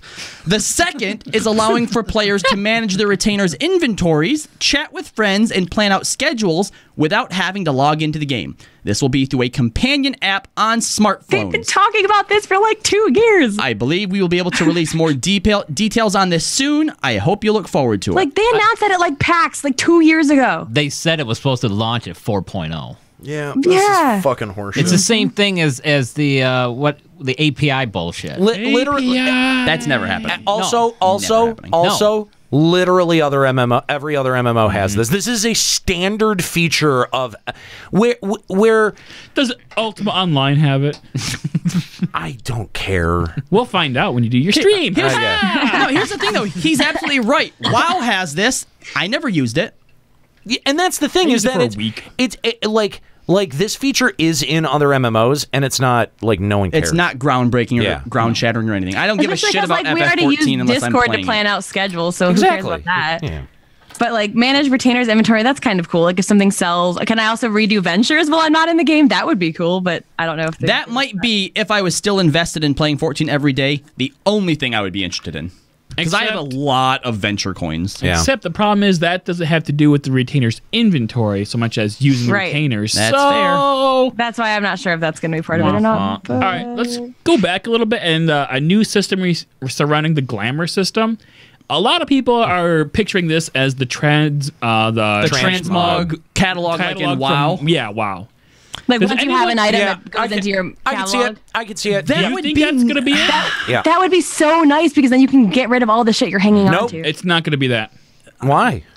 Because then people would stop paying for retainers, aka me, aka it would be a quality of life for me. But if you're taking your game free to play anyway, and you're not going to be monetizing your retainers anymore, why would you not monetize your retainers? No, that would still. I think that would still be something that was monetized. No, I think you would. Because no. I think still need them. I would think you would have to. I think you would. To be fair to your community, you would have to drop the monetization of retainers. I don't know about that. It would be one of those concessions that they would put out there as like nope. It's going to shift from a subscription model to a pay $20 once to get a retainer forever model. There you go. Oh, there that's you go. actually I can see that. Yep. There you go. Yep. Because anything that you're already paying for, they wouldn't give you free. They find a different way to get money from you. Yeah, they're gonna find one more way to get a nice big charge out of you. Yep. And then and that way you feel like you're getting value. Like, oh, now it's permanently unlocked, and I don't have to pay for this. This is 10 months of retainer for free now. Great. Okay. Yeah, right. Awesome. Fuck you. Next question is an interesting one. It was mentioned in an earlier interview that you have thought about the idea of relic armor that can grow and improve with your character through completing quests and running content, something akin to the Zodiac and Anima weapons quests we currently have.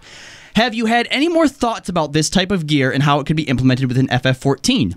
Yoshi said, yes, we actually already have solidified our plans for this. This content will be packaged with the Forbidden Land of Eureka content and thus will be implemented at the same time. I just really want to know if this is going to be something where now all of a sudden everyone's just wearing relic armor and the rest of the gear means nothing, or if this is actually going to be legitimate horizontal. But where did you think that your Stormblood JSE was going to be coming from? Ta-da! Now you power it up. Now they have to design less armor too. Jesus. I don't know. I have to see that before I make a judgment. Listen, I know I'm sounding pretty cynical here, but am I wrong? Like, am I off base here? I don't think I am. I mean, that's pretty much what we're driving at, is like, okay, yeah, we used to get JSE that was, the first time it was introduced, like, where did we even get it from? Was it out of Quest? It was out of Quest. It was out of a Quest. It was out of the job Quest. And everyone had, like, specific ones for themselves. Right. Now everyone's sharing. Right. No, hold on. You got the job armor from the Quest, but after that, you got a recolor for your first tome gear, and that was it. And that was it for the expansion. But didn't Heaven's Word have some? And then Heaven's Word had one set right at launch. Yep. and then that was it. Everything else was shared. And so now Stormblood has none so far. Yeah, we Am I do. wrong? When you get the level 70, Oh, when you yeah, hit you're level right. 70, you get the lowest eye level. Yeah, you're right. possible. Yeah, you're right. Okay, see, that's what I was And they forgetting. all look pretty cool. Like they're very job specific equipment. And I do have to admit that the ninja armor is probably some of the coolest ninja armor in the game. Okay, so if this is a second set of JSE, like I had honestly forgotten about that set. Well, because it comes in a box. When I got mine, it was so underwhelming. I didn't even Dude, it was so realize underwhelming. It was so underwhelming. Yeah, you have to use it, and yeah. Yeah. Yep. So I actually thought use that it was it in some a type town. of. I thought it was some type of furniture. Because when I first got it, I clicked on it and nothing happened. So I'm like, oh, it must be some stupid chest or something I can put in my house. So okay, all right. So I actually do think so if they do a JSE like thing where you can power up equipment, that's not the worst thing. If it gets them out of like I was throwing it out there like they were getting to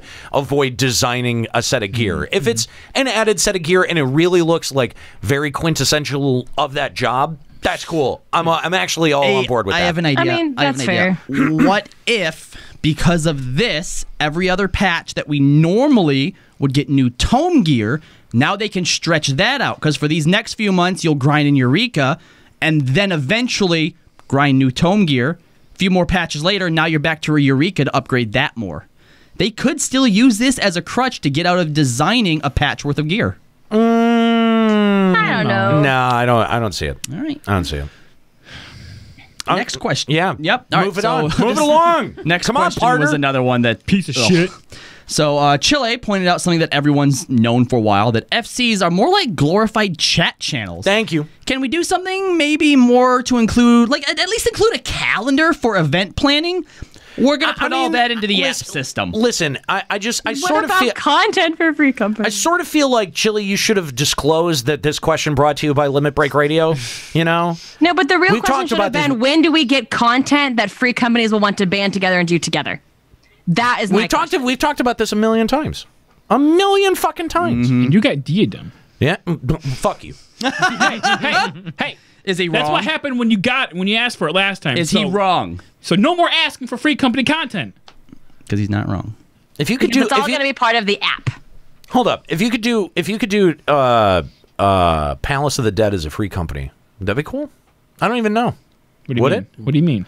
Like a hard mode version? Yeah. Because that's How many kind of, that's people? sort of like what we're talking about if we're talking What about if- throwing Like Diadem. an alliance full of people that you can't queue up in the duty finder. Like, you cannot queue up in the duty finder. You have to do it as a pre-made group. That means you will have a free company will once again create a night and be like, hey, Saturday night is Palace of the Dead night as a free See, company. that part of it feels unrealistic. Yes. It brings your free company together as a fucking group. But you can always just do that in a link shell. That's the problem. What you guys want would have to have the stipulation of being like, you have to be in the same free company to do this. Again, which is what we thought was going to happen with Diadem when they're like, well, you have to have an airship. And they're like, well, but you could also Yeah. just use like the free Undercut it. airship that's out there. Can I just say, honestly, and I really do mean this. I think that matchmaking may be the worst addition to MMOs as a genre ever. Even in It World really of is. Warcraft, when the Dungeon Finder came in Wrath of the Lich King, that was one of the things that community said ruined / changed the game.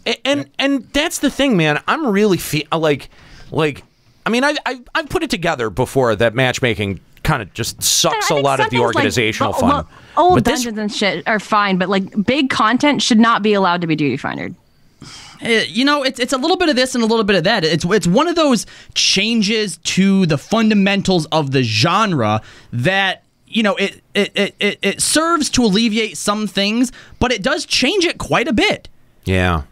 Yeah, think about it this way, Nika. Like, if you have the option between just clicking a button and eventually getting into a party versus just having to actually form up in a like a big social group, so you always have that big pool of friends that you can talk to and actually get a group with versus having to stand around shouting for a party, you're going to choose the big group. There was also something really important. Right, which is why I don't I'm know if saying that worked, some- but- No. Some things should be duty finderable. No, like low-level nothing should be shit. duty finderable. That's my No. opinion. Because Right, if you have no. here we go. If you have the option to click a button to get into a party, you're going to choose that option every single time. Right. If you don't have that option, then you're going to find a way to circumvent that huge time frame between looking for Right, party. but I feel like low-level dungeon shit nobody would do. But so I feel like some of that stuff makes sense, but the new like 24-man content should not be duty finderable. Just shouldn't be. Liz, and Nika, I understand what you're saying, but here's the second problem that matchmaking, especially the Duty Finder, does, and this I think speaks more to the way that they decided to do dungeons, is that, you know, in FF11 you would get that party invite and you would be somewhere centralized, like Juneau or Oregon, or you'd be out farming. You'd be in a location and you'd have to get to another location. Travel was an intrinsic part of that equation. And when they strip that out and you just all magically appear at the entrance of the dungeon, it really does take away something that was quintessentially an MMO staple, which was feeling like there was a world to traverse. Whenever I would bring a new friend into World of Warcraft, part of like the sort of, you know, passage of rites was taking them around to each of the dungeons out in the world, because, you know, you had, I forget if there was like an attunement process first before you could do it, but there was always there to used get to be like Wailing Caverns, you had to go through a little mini dungeon that had elite mobs that you couldn't really solo. Yeah, so you had to get like a little escort or a party to get through there. And part of that, you're right, is gone. So we sacrifice something in order to gain more, I guess, quality of life. And in the end, you know, it's obviously split whether or not the game really benefits from it or not. It's weird because we really kind of arrived at this point in a very roundabout way. And I never even really had put it together until now that was a really huge quintessential part of organizing on an everyday level. And yes, it did make things a little bit more frustrating, but it made the experience of playing an MMO more satisfying and inherently unique from playing a single-player game. That's one of the things. There you go. That's one of the things that we've identified about FF14 is that at so many levels, it just feels like playing your average single-player campaign. Yeah, MMOs was about living in a world, and part of living in a world is accountability, which you don't have with matchmaking anymore. And you know what? I really don't think that you can compartmentalize the organizational aspect and the appeal of that, just the average appeal of that, of just working together and to accomplish a common goal. That's very psychologically satisfying, right? Because you feel like you walk away, everyone feels like a winner. Right? Like, and if you lose your group, you kind of walk away feeling like a loser. That was like, those were some of the stakes that were involved. But now it's like, you know, you lose and you're like, oh, that was a shitty group. I guess I gotta wait for 35 minutes for another queue to pop. Fuck that shit. If it wasn't for matchmaking, then we would be without one of the biggest plagues of modern gaming, which is the levers.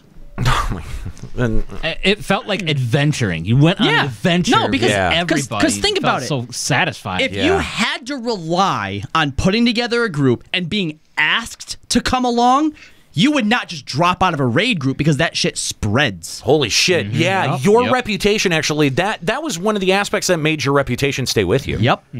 Oh, fuck, that's a great point. This next question should be near and dear to your heart, Aniro. Oh, no. The question is, with the warrior changes, Dark Knights are feeling less useful. Can you help this? I don't care. Yoshi-P said, we don't think the changes have made that visible of a change, but we can see why people think so, and we'll monitor the situation. So, no. World first Bahamut Ultimate Clear was with the Dark Knight, so they're fine. The end. Well, I mean, that's your litmus right there. Pretty much. Kind of. Players are upset with the crafting meta. Chile! You used to be able to macro in your recipes, but now it's too hard to do. Will you change this? And Yoshi-P said that players seem to want both. Some people want crafting to be really easy so they can macro it in, and other people want to be challenged with like really hard rotations and stuff like that. So we'll monitor the situation.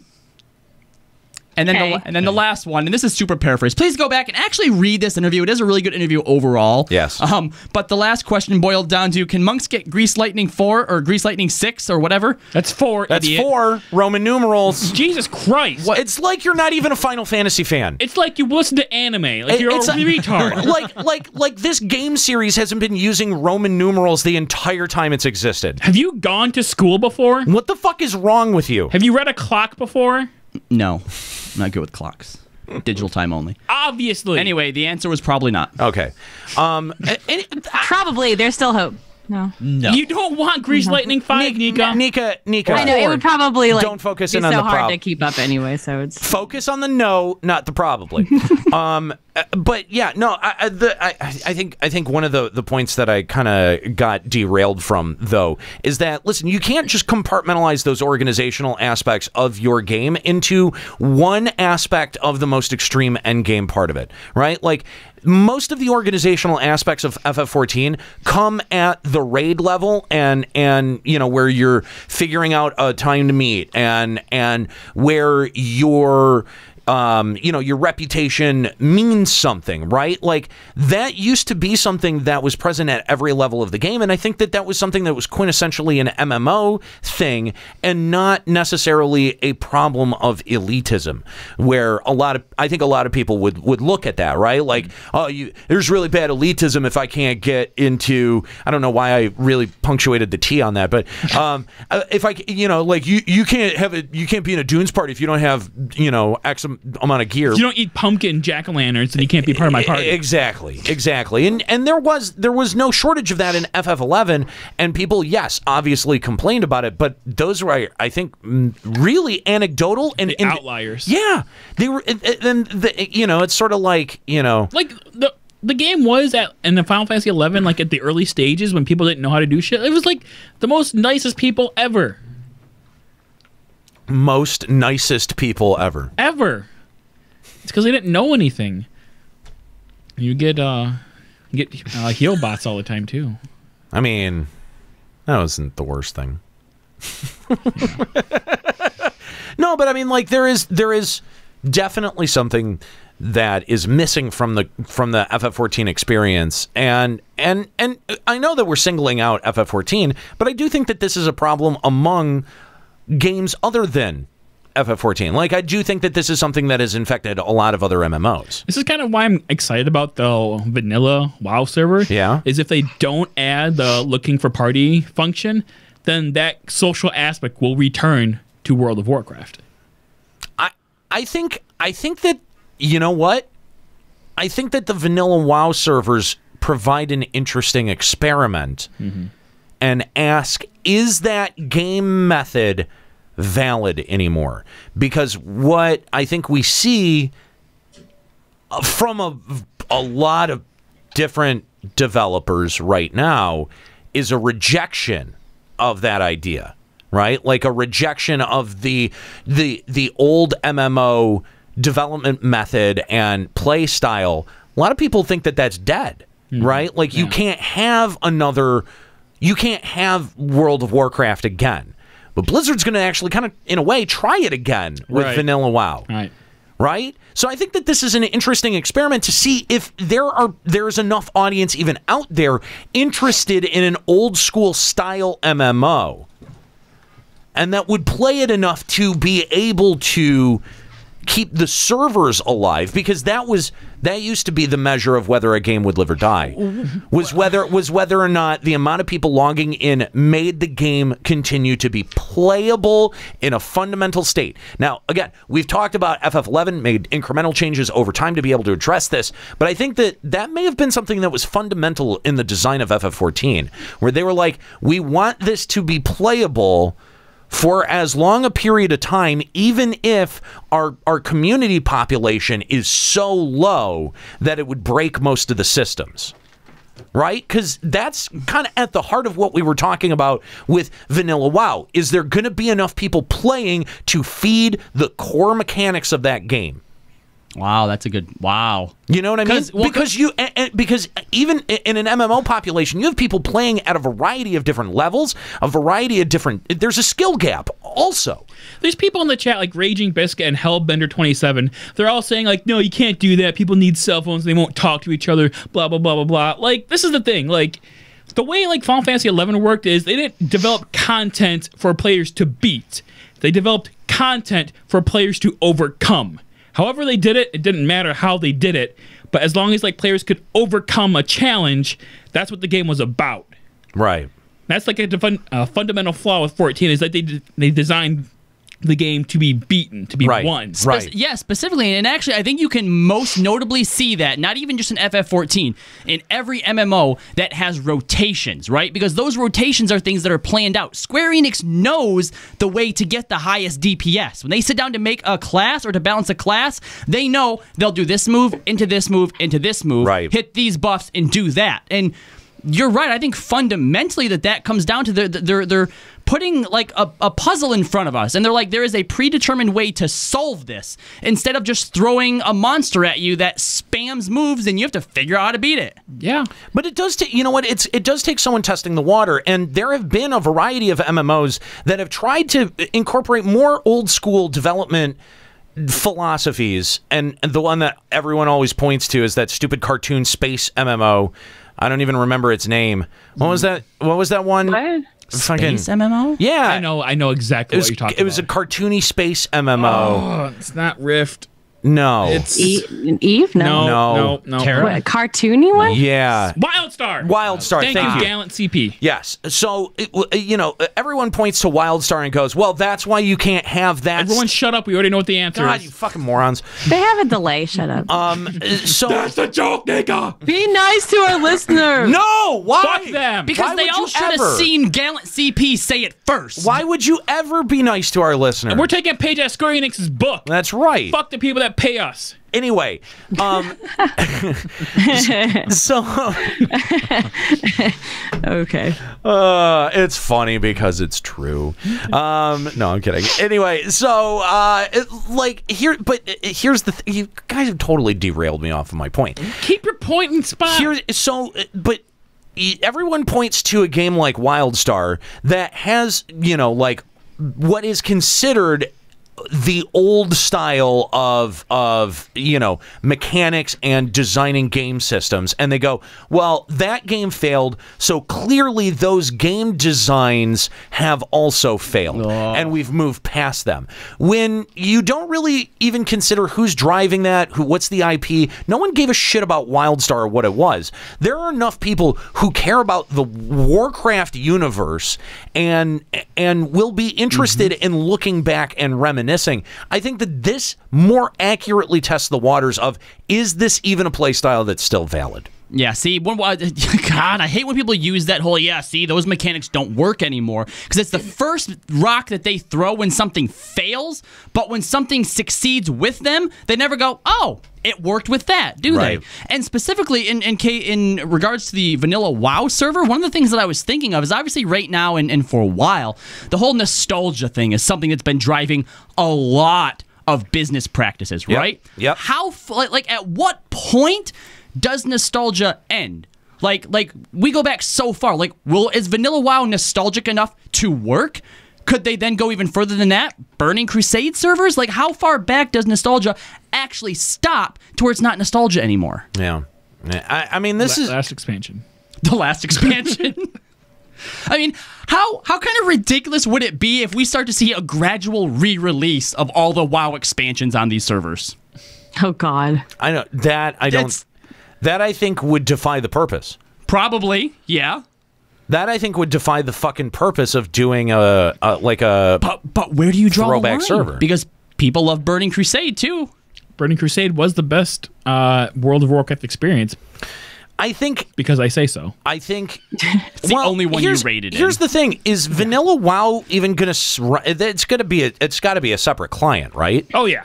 They're going to have to do a totally different build. Yeah. Not to mention, I think that they think that people would like to see on the launcher World of Warcraft, Legacy World of Warcraft. Yeah. Right. Definitely. So if they did a Burning Crusade, it's not as simple as like launching Burning Crusade servers and then you're logging in either to a modern server or, you know, Burning Crusade. They couldn't do that. They would have to build. They would have to release separate builds for each. It's basically a brand new game. Is what it would amount to. I totally understand why Blizzard was a bit reluctant to do this. Yeah, I think it's the same sort of resources that you would put into doing like a remake.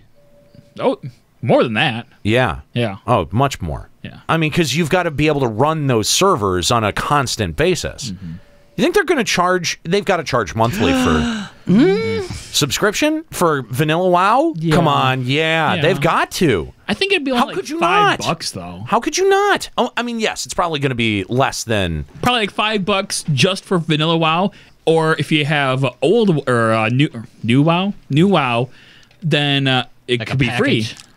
If you have a World of Warcraft subscription. So if you want to play old WoW, it's $5 only. But if you that's have smart. brand new WoW, have a vanilla server for free. I don't know that they're going to charge. You know, they could have. it. You know, they honestly could have done that with FF11 and 14. Like, honestly, if you paid for an FF14 subscription and you got an FF11 subscription for free along with it, would you not play FF11? You pay for it and you don't play FF11. Okay, good point. But I'm saying though, like, if you had access to it on a day where you were like, oh man, You I kind might of get- feel like see what's going on in Vonadil. You might get more people to try it again, or even people who because you said people who have already played. I think you would have people that would be keeping sort of like a you might. You probably would. yeah, like a sort of casual relationship up with it, right? Yeah. The thing definitely. is, it wouldn't hurt that, but I'm not sure if it would end up equaling out, because now the people who are still paying, like you, wouldn't have to, and that's checks they're not cashing. Although FF11 is clearly a superior game, so It makes maybe more money. maybe it should be the other way around. You pay for an FF11 subscription, you get a free 14 subscription. That's how it was.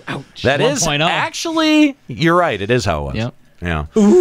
I totally burned you. So no one wanted to step up to the plate and try to answer this burning question that I've had of, you know, why is it that Square Enix treats FF11 like that was the game that failed and FF14 was the one that is the cash cow. No one wanted to step up to. I am disappointed. I'm actively disappointed in our callers today. Because here's the thing, we were prepared to go over 2 hours today. We said we'll go for as long as the conversation as long as the conversation warrants. I think that our listeners could see a losing battle coming is the problem. I mean, listen, we've hit on a lot of good points. A lot of stuff that I didn't even put together until now. But I can't believe that no one would want to call in or challenge anything that's... I can't believe that no one would want to call in and at least just say hi to Pops. You fucking dicks. You guys are as bad as Escalia. Yeah. You ageist bastards. Yeah, ages? Fucking assholes. I swear to You're God. discriminating against older people. That's what an Oh, ageist is. I like that kind of ages. I thought I was thinking like ages like a shield. Yeah. It's ageist, isn't it? I mean, probably. Technically, yeah. But, you know, we're from Michigan, so we can say whatever the fuck we want. Oop. I'm just Yeah, poop. just disappointed, man. I'm disappointed. I'm not mad. I'm just disappointed. Yeah, exactly. I'll be using that line soon.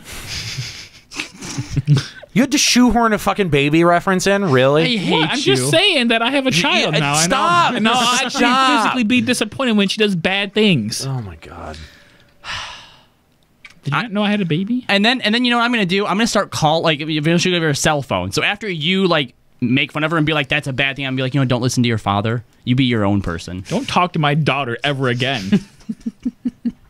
Don't talk to creepy people, Roberta. There's lots of weirdos on the internet. Excuse me, baby Bert. Some of them are named Carlo Landis. Bert. Listen, I know that you're going to need this recording because your dad's going to die of a heart attack in 2 years, but...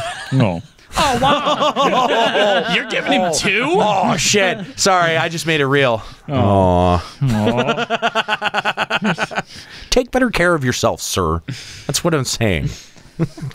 He's just concerned about you. Yeah. I started drinking lots of pop now. See, that was his way of saying he loves you. Thanks, Daddy. God.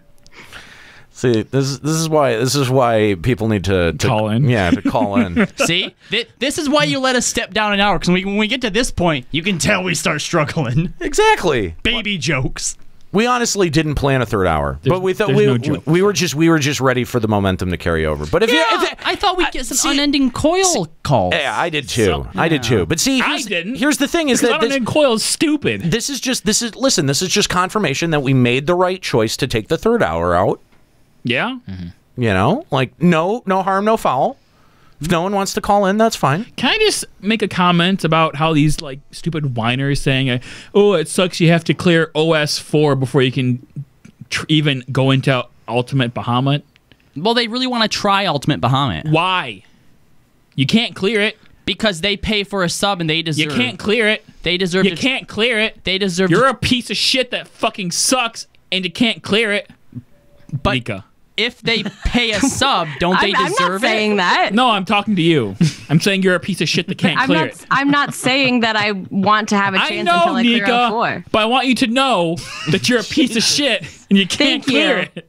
Thank you, but I'm at least less a piece of shit than you are. No. That's true. She is actively trying to promote a better future for children. You are literally destroying one. No, destroying one. No, that does don't make attack his parenting. That does make her. I like how I just called her a piece of shit, and she right around just starts defending me. That does make her certifiably a better person than you. Yeah, certifiably. I think Juxta. I think I'm the only other person here that cares about your baby. So no, I care about the baby. No, you don't. Yeah, you've never came to see my baby without me forcing you to. I don't go to Africa to see starving people either, but I care that they're starving. That's because they're not across the way. You can literally just come into my house that you go to every fucking Sunday and be like, oh, hey, can I see little Bert before we go? Sure, Carlo, here we go. Here's my little baby. Oh, yeah. No, she spit up a little bit. Got to wipe that off, but she's right here. She's wearing a surfboard today. Just kidding, it's a snowboard. Words are hard. Dick. Wow. I don't even know how to respond to that. Yeah, you can't. I heard a story the other day from a new father who threw up on his baby, and it made me think of you.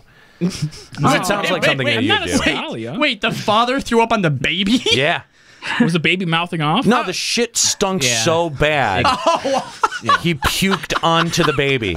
That's pretty funny. Well, you know what? He probably followed up with, "Yeah, sucks, doesn't it?" Now you know how it feels, bitch. Wow.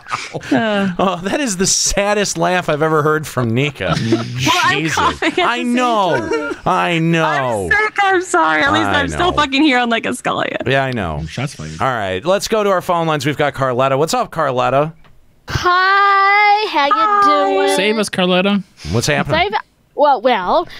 Do the last hour of the show for us because we have no idea how to... over at the Carletta show. All right, everybody get ready. I'm strapping in.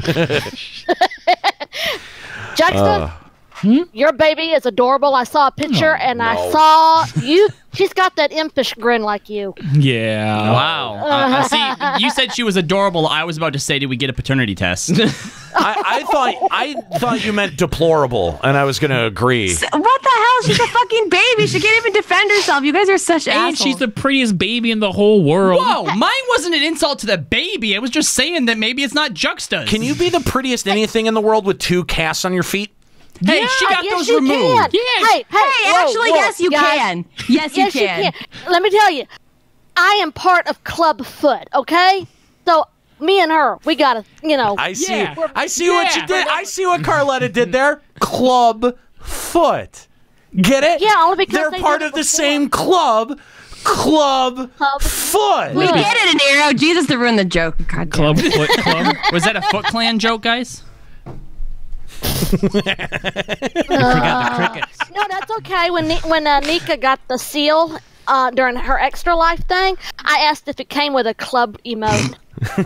It should have. She's like, no, that's just horrible. But remember, Bert has the braces now, so she's like a little Forrest Gump. No, it's like a surf or a snowboard. I had braces too. Yeah. So I didn't even get it anyway. Hang on. If that makes little Bert like Forrest Gump, does that mean that she has to raise an AIDS baby now? Eventually. Run, Birdie, run. By the way, that's how that fucking movie ends. Just so you know. Yeah, retard falls in love with a chick that has AIDS, has fucked so many dudes that she has AIDS, has a baby, dies, leaves him with the AIDS baby. That's how that movie ends. Does the baby have AIDS? I mean, it's the 70s. Let's assume yes. 80s, but anyway. Fuck all that. Anyway, Carletta, it's funny. It's funny. Ages. Go ahead. No, well, we can't call you ageist because I think you're older than everyone in this room. Yes, I am. You put together. That's why I called in. no, but here's the thing. A lot of people have kind of gotten pissed off. Like, oh yeah, Carletta keeps mentioning that she's got club feet. Why do you keep making those kinds of jokes? That's super awkward, Nero. I make them with her on the line because Carletta gets fucking humor. We've known Carletta for longer, probably almost. Carletta was one of our like longest listeners. Yeah, like right up there with like Starbreaker, maybe Sevo Kevo and Ryoko and I mean just Ryuichi. Just these folks who have been listening to us forever and just know that we're just joking around. We're just having a laugh. It's Stockholm syndrome. Yes. Yeah, most. Well, I mean that's probably true too. No, I think that's Nika at this point. I mean, you guys have a you might not be wrong. You guys have a choice. Like you I mean, and plenty of people. So you're saying Nika does not have a choice? No, Nika. I mean, we are now all co-owners of a small business LLC. I don't think I can go. Nika actively gets upset when we exclude her from things. Oh, yeah, I do because actually I'm out of the loop a lot of the time since I'm not in studio. But including her is making fun of her, so she's upset when she's not here being made fun of. That's definitely Stockholm. Well, I think I just think that the expectation. I still twitch just a little bit when I hear the word midget, but fuck it, I'm a midget. Aww. See, you just gotta take it in stride. Yeah. See? Take your enemy's insults and wear them like armor. It's a short stride. That's right. Man, I don't think any of us would call you a midget, but at the same time, I don't think any of us are going to stop using it. That's true. I mean, that's what I've come to the realization. I don't feel like I use that word very often, though. I don't know. No, you don't. I'm talking about these chuckles over here. Well, but here's the thing. Listen. I'm sure that we have a listener out there with an extra chromosome that just hears all of the really energetic sounds coming out of their speakers and is just like, yay! But we still use the word retard all the time, and it's okay. We love that retarded listener too. Actually, Nika, you used retarded today. Yes, she did. Someone called you out on it in the chat, and I saw it. Oh, I saw it. It was on FEC. It was on FEC. Go back. Yeah. I might have to roll tape on you. I might have to roll tape on you, Nika. Make it a clip. Yeah. Was I echoing something somebody else said? I don't know. Probably. Maybe. But listen. Because I don't use that word. I don't like that word. You guys use it fine, but I try not to. Maybe I did. I think we're rubbing off on you, Nika. Yeah, you're a piece of shit, Nika. Maybe I should stop hanging out with you guys. Yeah, we're a bad influence. Don't we're the wrong. Hey, go back to your retarded anime shit. We are. Listen, we are officially the wrong crowd. Okay. Yes. Yeah. That is so rad. Anyway, Carletta. See, that's why we don't get asked to do extra life stuff. Yeah, this is true. This is true. Because, that makes sense. It's all making sense now. Anyway, Carletta, did you want to make a point, or were you just calling to give a shit? No point with me. Fair enough. It was a good call. She took up 6 minutes of the show. We got this. Exactly. Best call of the show, man. Exactly. Carletta, thank you so much for the call and for proving our point that you don't need a point to be a good caller to the show. Listen, how many people have called in? Okay, but to be and they've even had a point that they've thought about and have been a complete train wreck of a caller, and then Carletta just freeballs it. Yeah. On the air with us, and it's one of our best callers. That is not spanning multiple shows. Yeah, one of our best calls in probably months. Yeah, years maybe. Yeah, I don't know about that. I wouldn't go that far. That's a long time a year. See, if Carletta can do it, you can do it too. Yeah, but I think because she's a midget, you know. Right? Yeah. If midgets can do it, you can do it with club feet.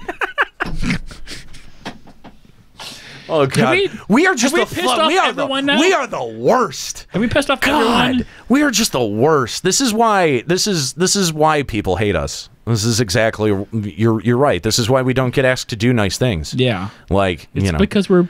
This is pieces of shit. This is why we're not going to be featured at the next PAX East doing a Eorzean ball measuring contest. I think that would be fun. We've been pitching this idea to Square Enix for years, but they won't let us do it. Never return our calls. No. That's why we get invited to nothing ever. Sad. Yeah. Anyway, congratulations to the Spaceys again. Congrats, Spaceys. World first unending coil of Bahamut. Round of applause, everybody. I'll be rooting for you guys when the next leg of Savage comes out. That's right. All right. I think that's going to do it. You got 18 extra minutes this week of Limit Break Radio, but there could have been more. Oh, hang on, Sevo wants to call. Oh God, okay, call. No, let Sevo. Here's the thing: I did not get to see Sevo at Youmacon, so I feel bad. So I feel like I owe him one. Yeah, I owe him one. I owe him one. Right. Sevo, what's going on, man? Hey guys, what's going on? Hey, what's happening, Sevo? Nothing much. Just got home from work myself, and just finally got to start dropping in on the y'all's conversation and everything. So. Okay, cool. You almost missed it. Yeah, you're right here. You're at the line, bro. Yeah. So, at the risk of this becoming an audio diary of just what you've been doing today, why don't you? Do you have a point that you wanted to make? Like anything in the discussion that you wanted to chime in on, or echo, or agree with, or disagree with? I just got a question from your burning question, though. Okay. What? Where did they said that Final Fantasy XI was more of the dying? Your question, you said like 11 was the bad game, and now 14 was the good game. Well, no. I think you're misunderstanding. You're misunderstanding. FF11 was the most profitable game in Square Enix history. It made them the most money versus what they spent in development to make it. Okay, so why is it that they've not carried on any of the good ideas that they had that worked in FF11 and brought those over into FF14? That's the question. That's something I would want to do. Excuse me. That's something I would like to figure out, because there's stuff that they could try and bring over to 14 from 11 without being it's just a FF11 port or something like that. Like there are certain things like the raid, like dynamics. That's something they can work with and tweak a little bit to be more 14-like. But they could, but they won't, and they aren't. But here's the thing. Here's the thing, though, is that and at the heart of that question, and this is not a way to try to make a case to bring more FF11 elements into FF14. The heart of the question, what is at the core of the question, is why does Square Enix treat FF11 like the red-headed stepchild? Like it's a leper? Yeah, like it's almost as if, and I understand, move on. But I don't understand why you wouldn't take the development lessons and the sentiment lessons that you've learned from your first MMO and apply it to your second MMO. That, I think, is very curious. That is something that I do not understand, because we've seen a lot of MMO developers come out and in their first MMO basically do exactly what Square Enix has done with FF14. They make as much of a margin on their efforts as Square Enix made with FF14. So when the margin was so much bigger for FF11, when the success margin was so much bigger for FF11, why is it that not just Square Enix but the community acts like that was such an inferior game when it has made so much more money? Anyway, Sevo, thanks for the call. Obviously, we were in the middle of wrapping things up. I am sorry that I did not get to see you out at Youmacon, but I'm sure that we will have another chance to hang out, whether it's at some sort of fan fest or some convention some other time. But thanks.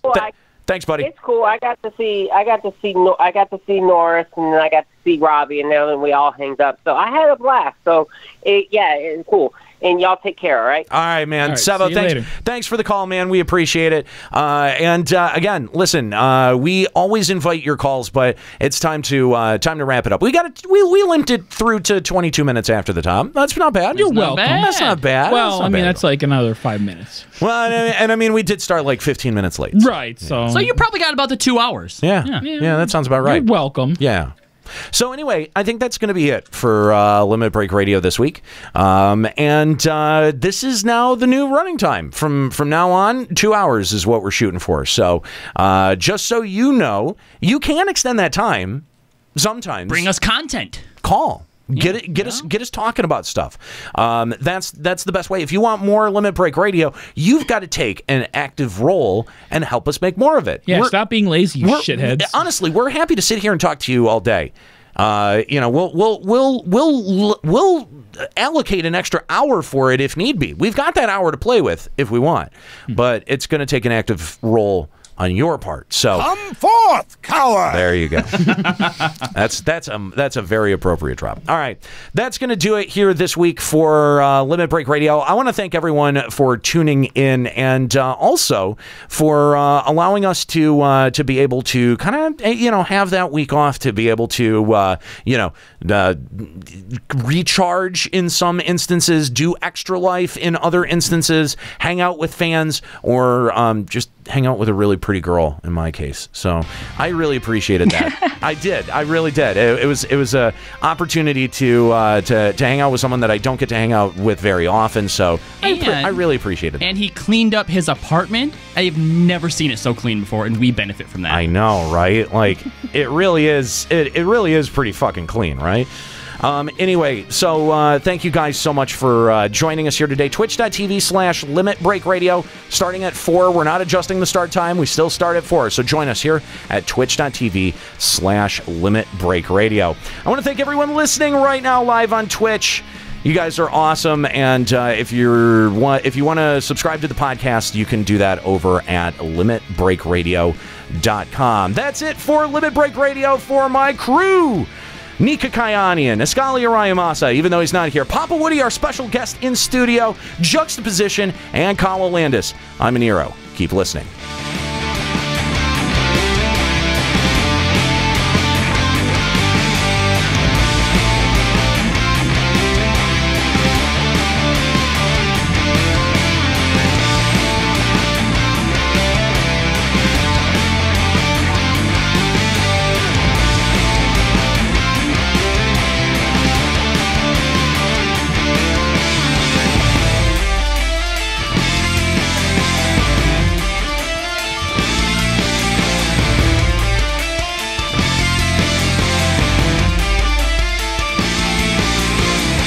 Limit Break Radio is a production of LimitBreakRadio.com and Bender Media Productions. This episode was produced by Anira Gregori, Kala Landis, Juxtaposition, and Kooky Persona. Final Fantasy XIV and Eorzea are trademarks of Square Enix. Funding for Limit Break Radio is provided by Miri Kennett, Satori Komeji, Dark Flux, Null Packet, Shara Heartslot, Nexian Theta, Brian Alexander, Tommy Carlson, Hirsch Fersch, and fellow Limit Break Radio listeners. To support Limit Break Radio, visit patreon.com/Limit Break Radio. Opening music in this episode from Daniel Lambie. Listen to Man with the Machine Gun and other great tracks at facebook.com/Daniel Lambie Metal Gamer. Closing music in this episode provided by Husky by the Geek. Listen to this and other great Final Fantasy XIV and video game rock covers and original music at facebook.com/Husky by the Geek.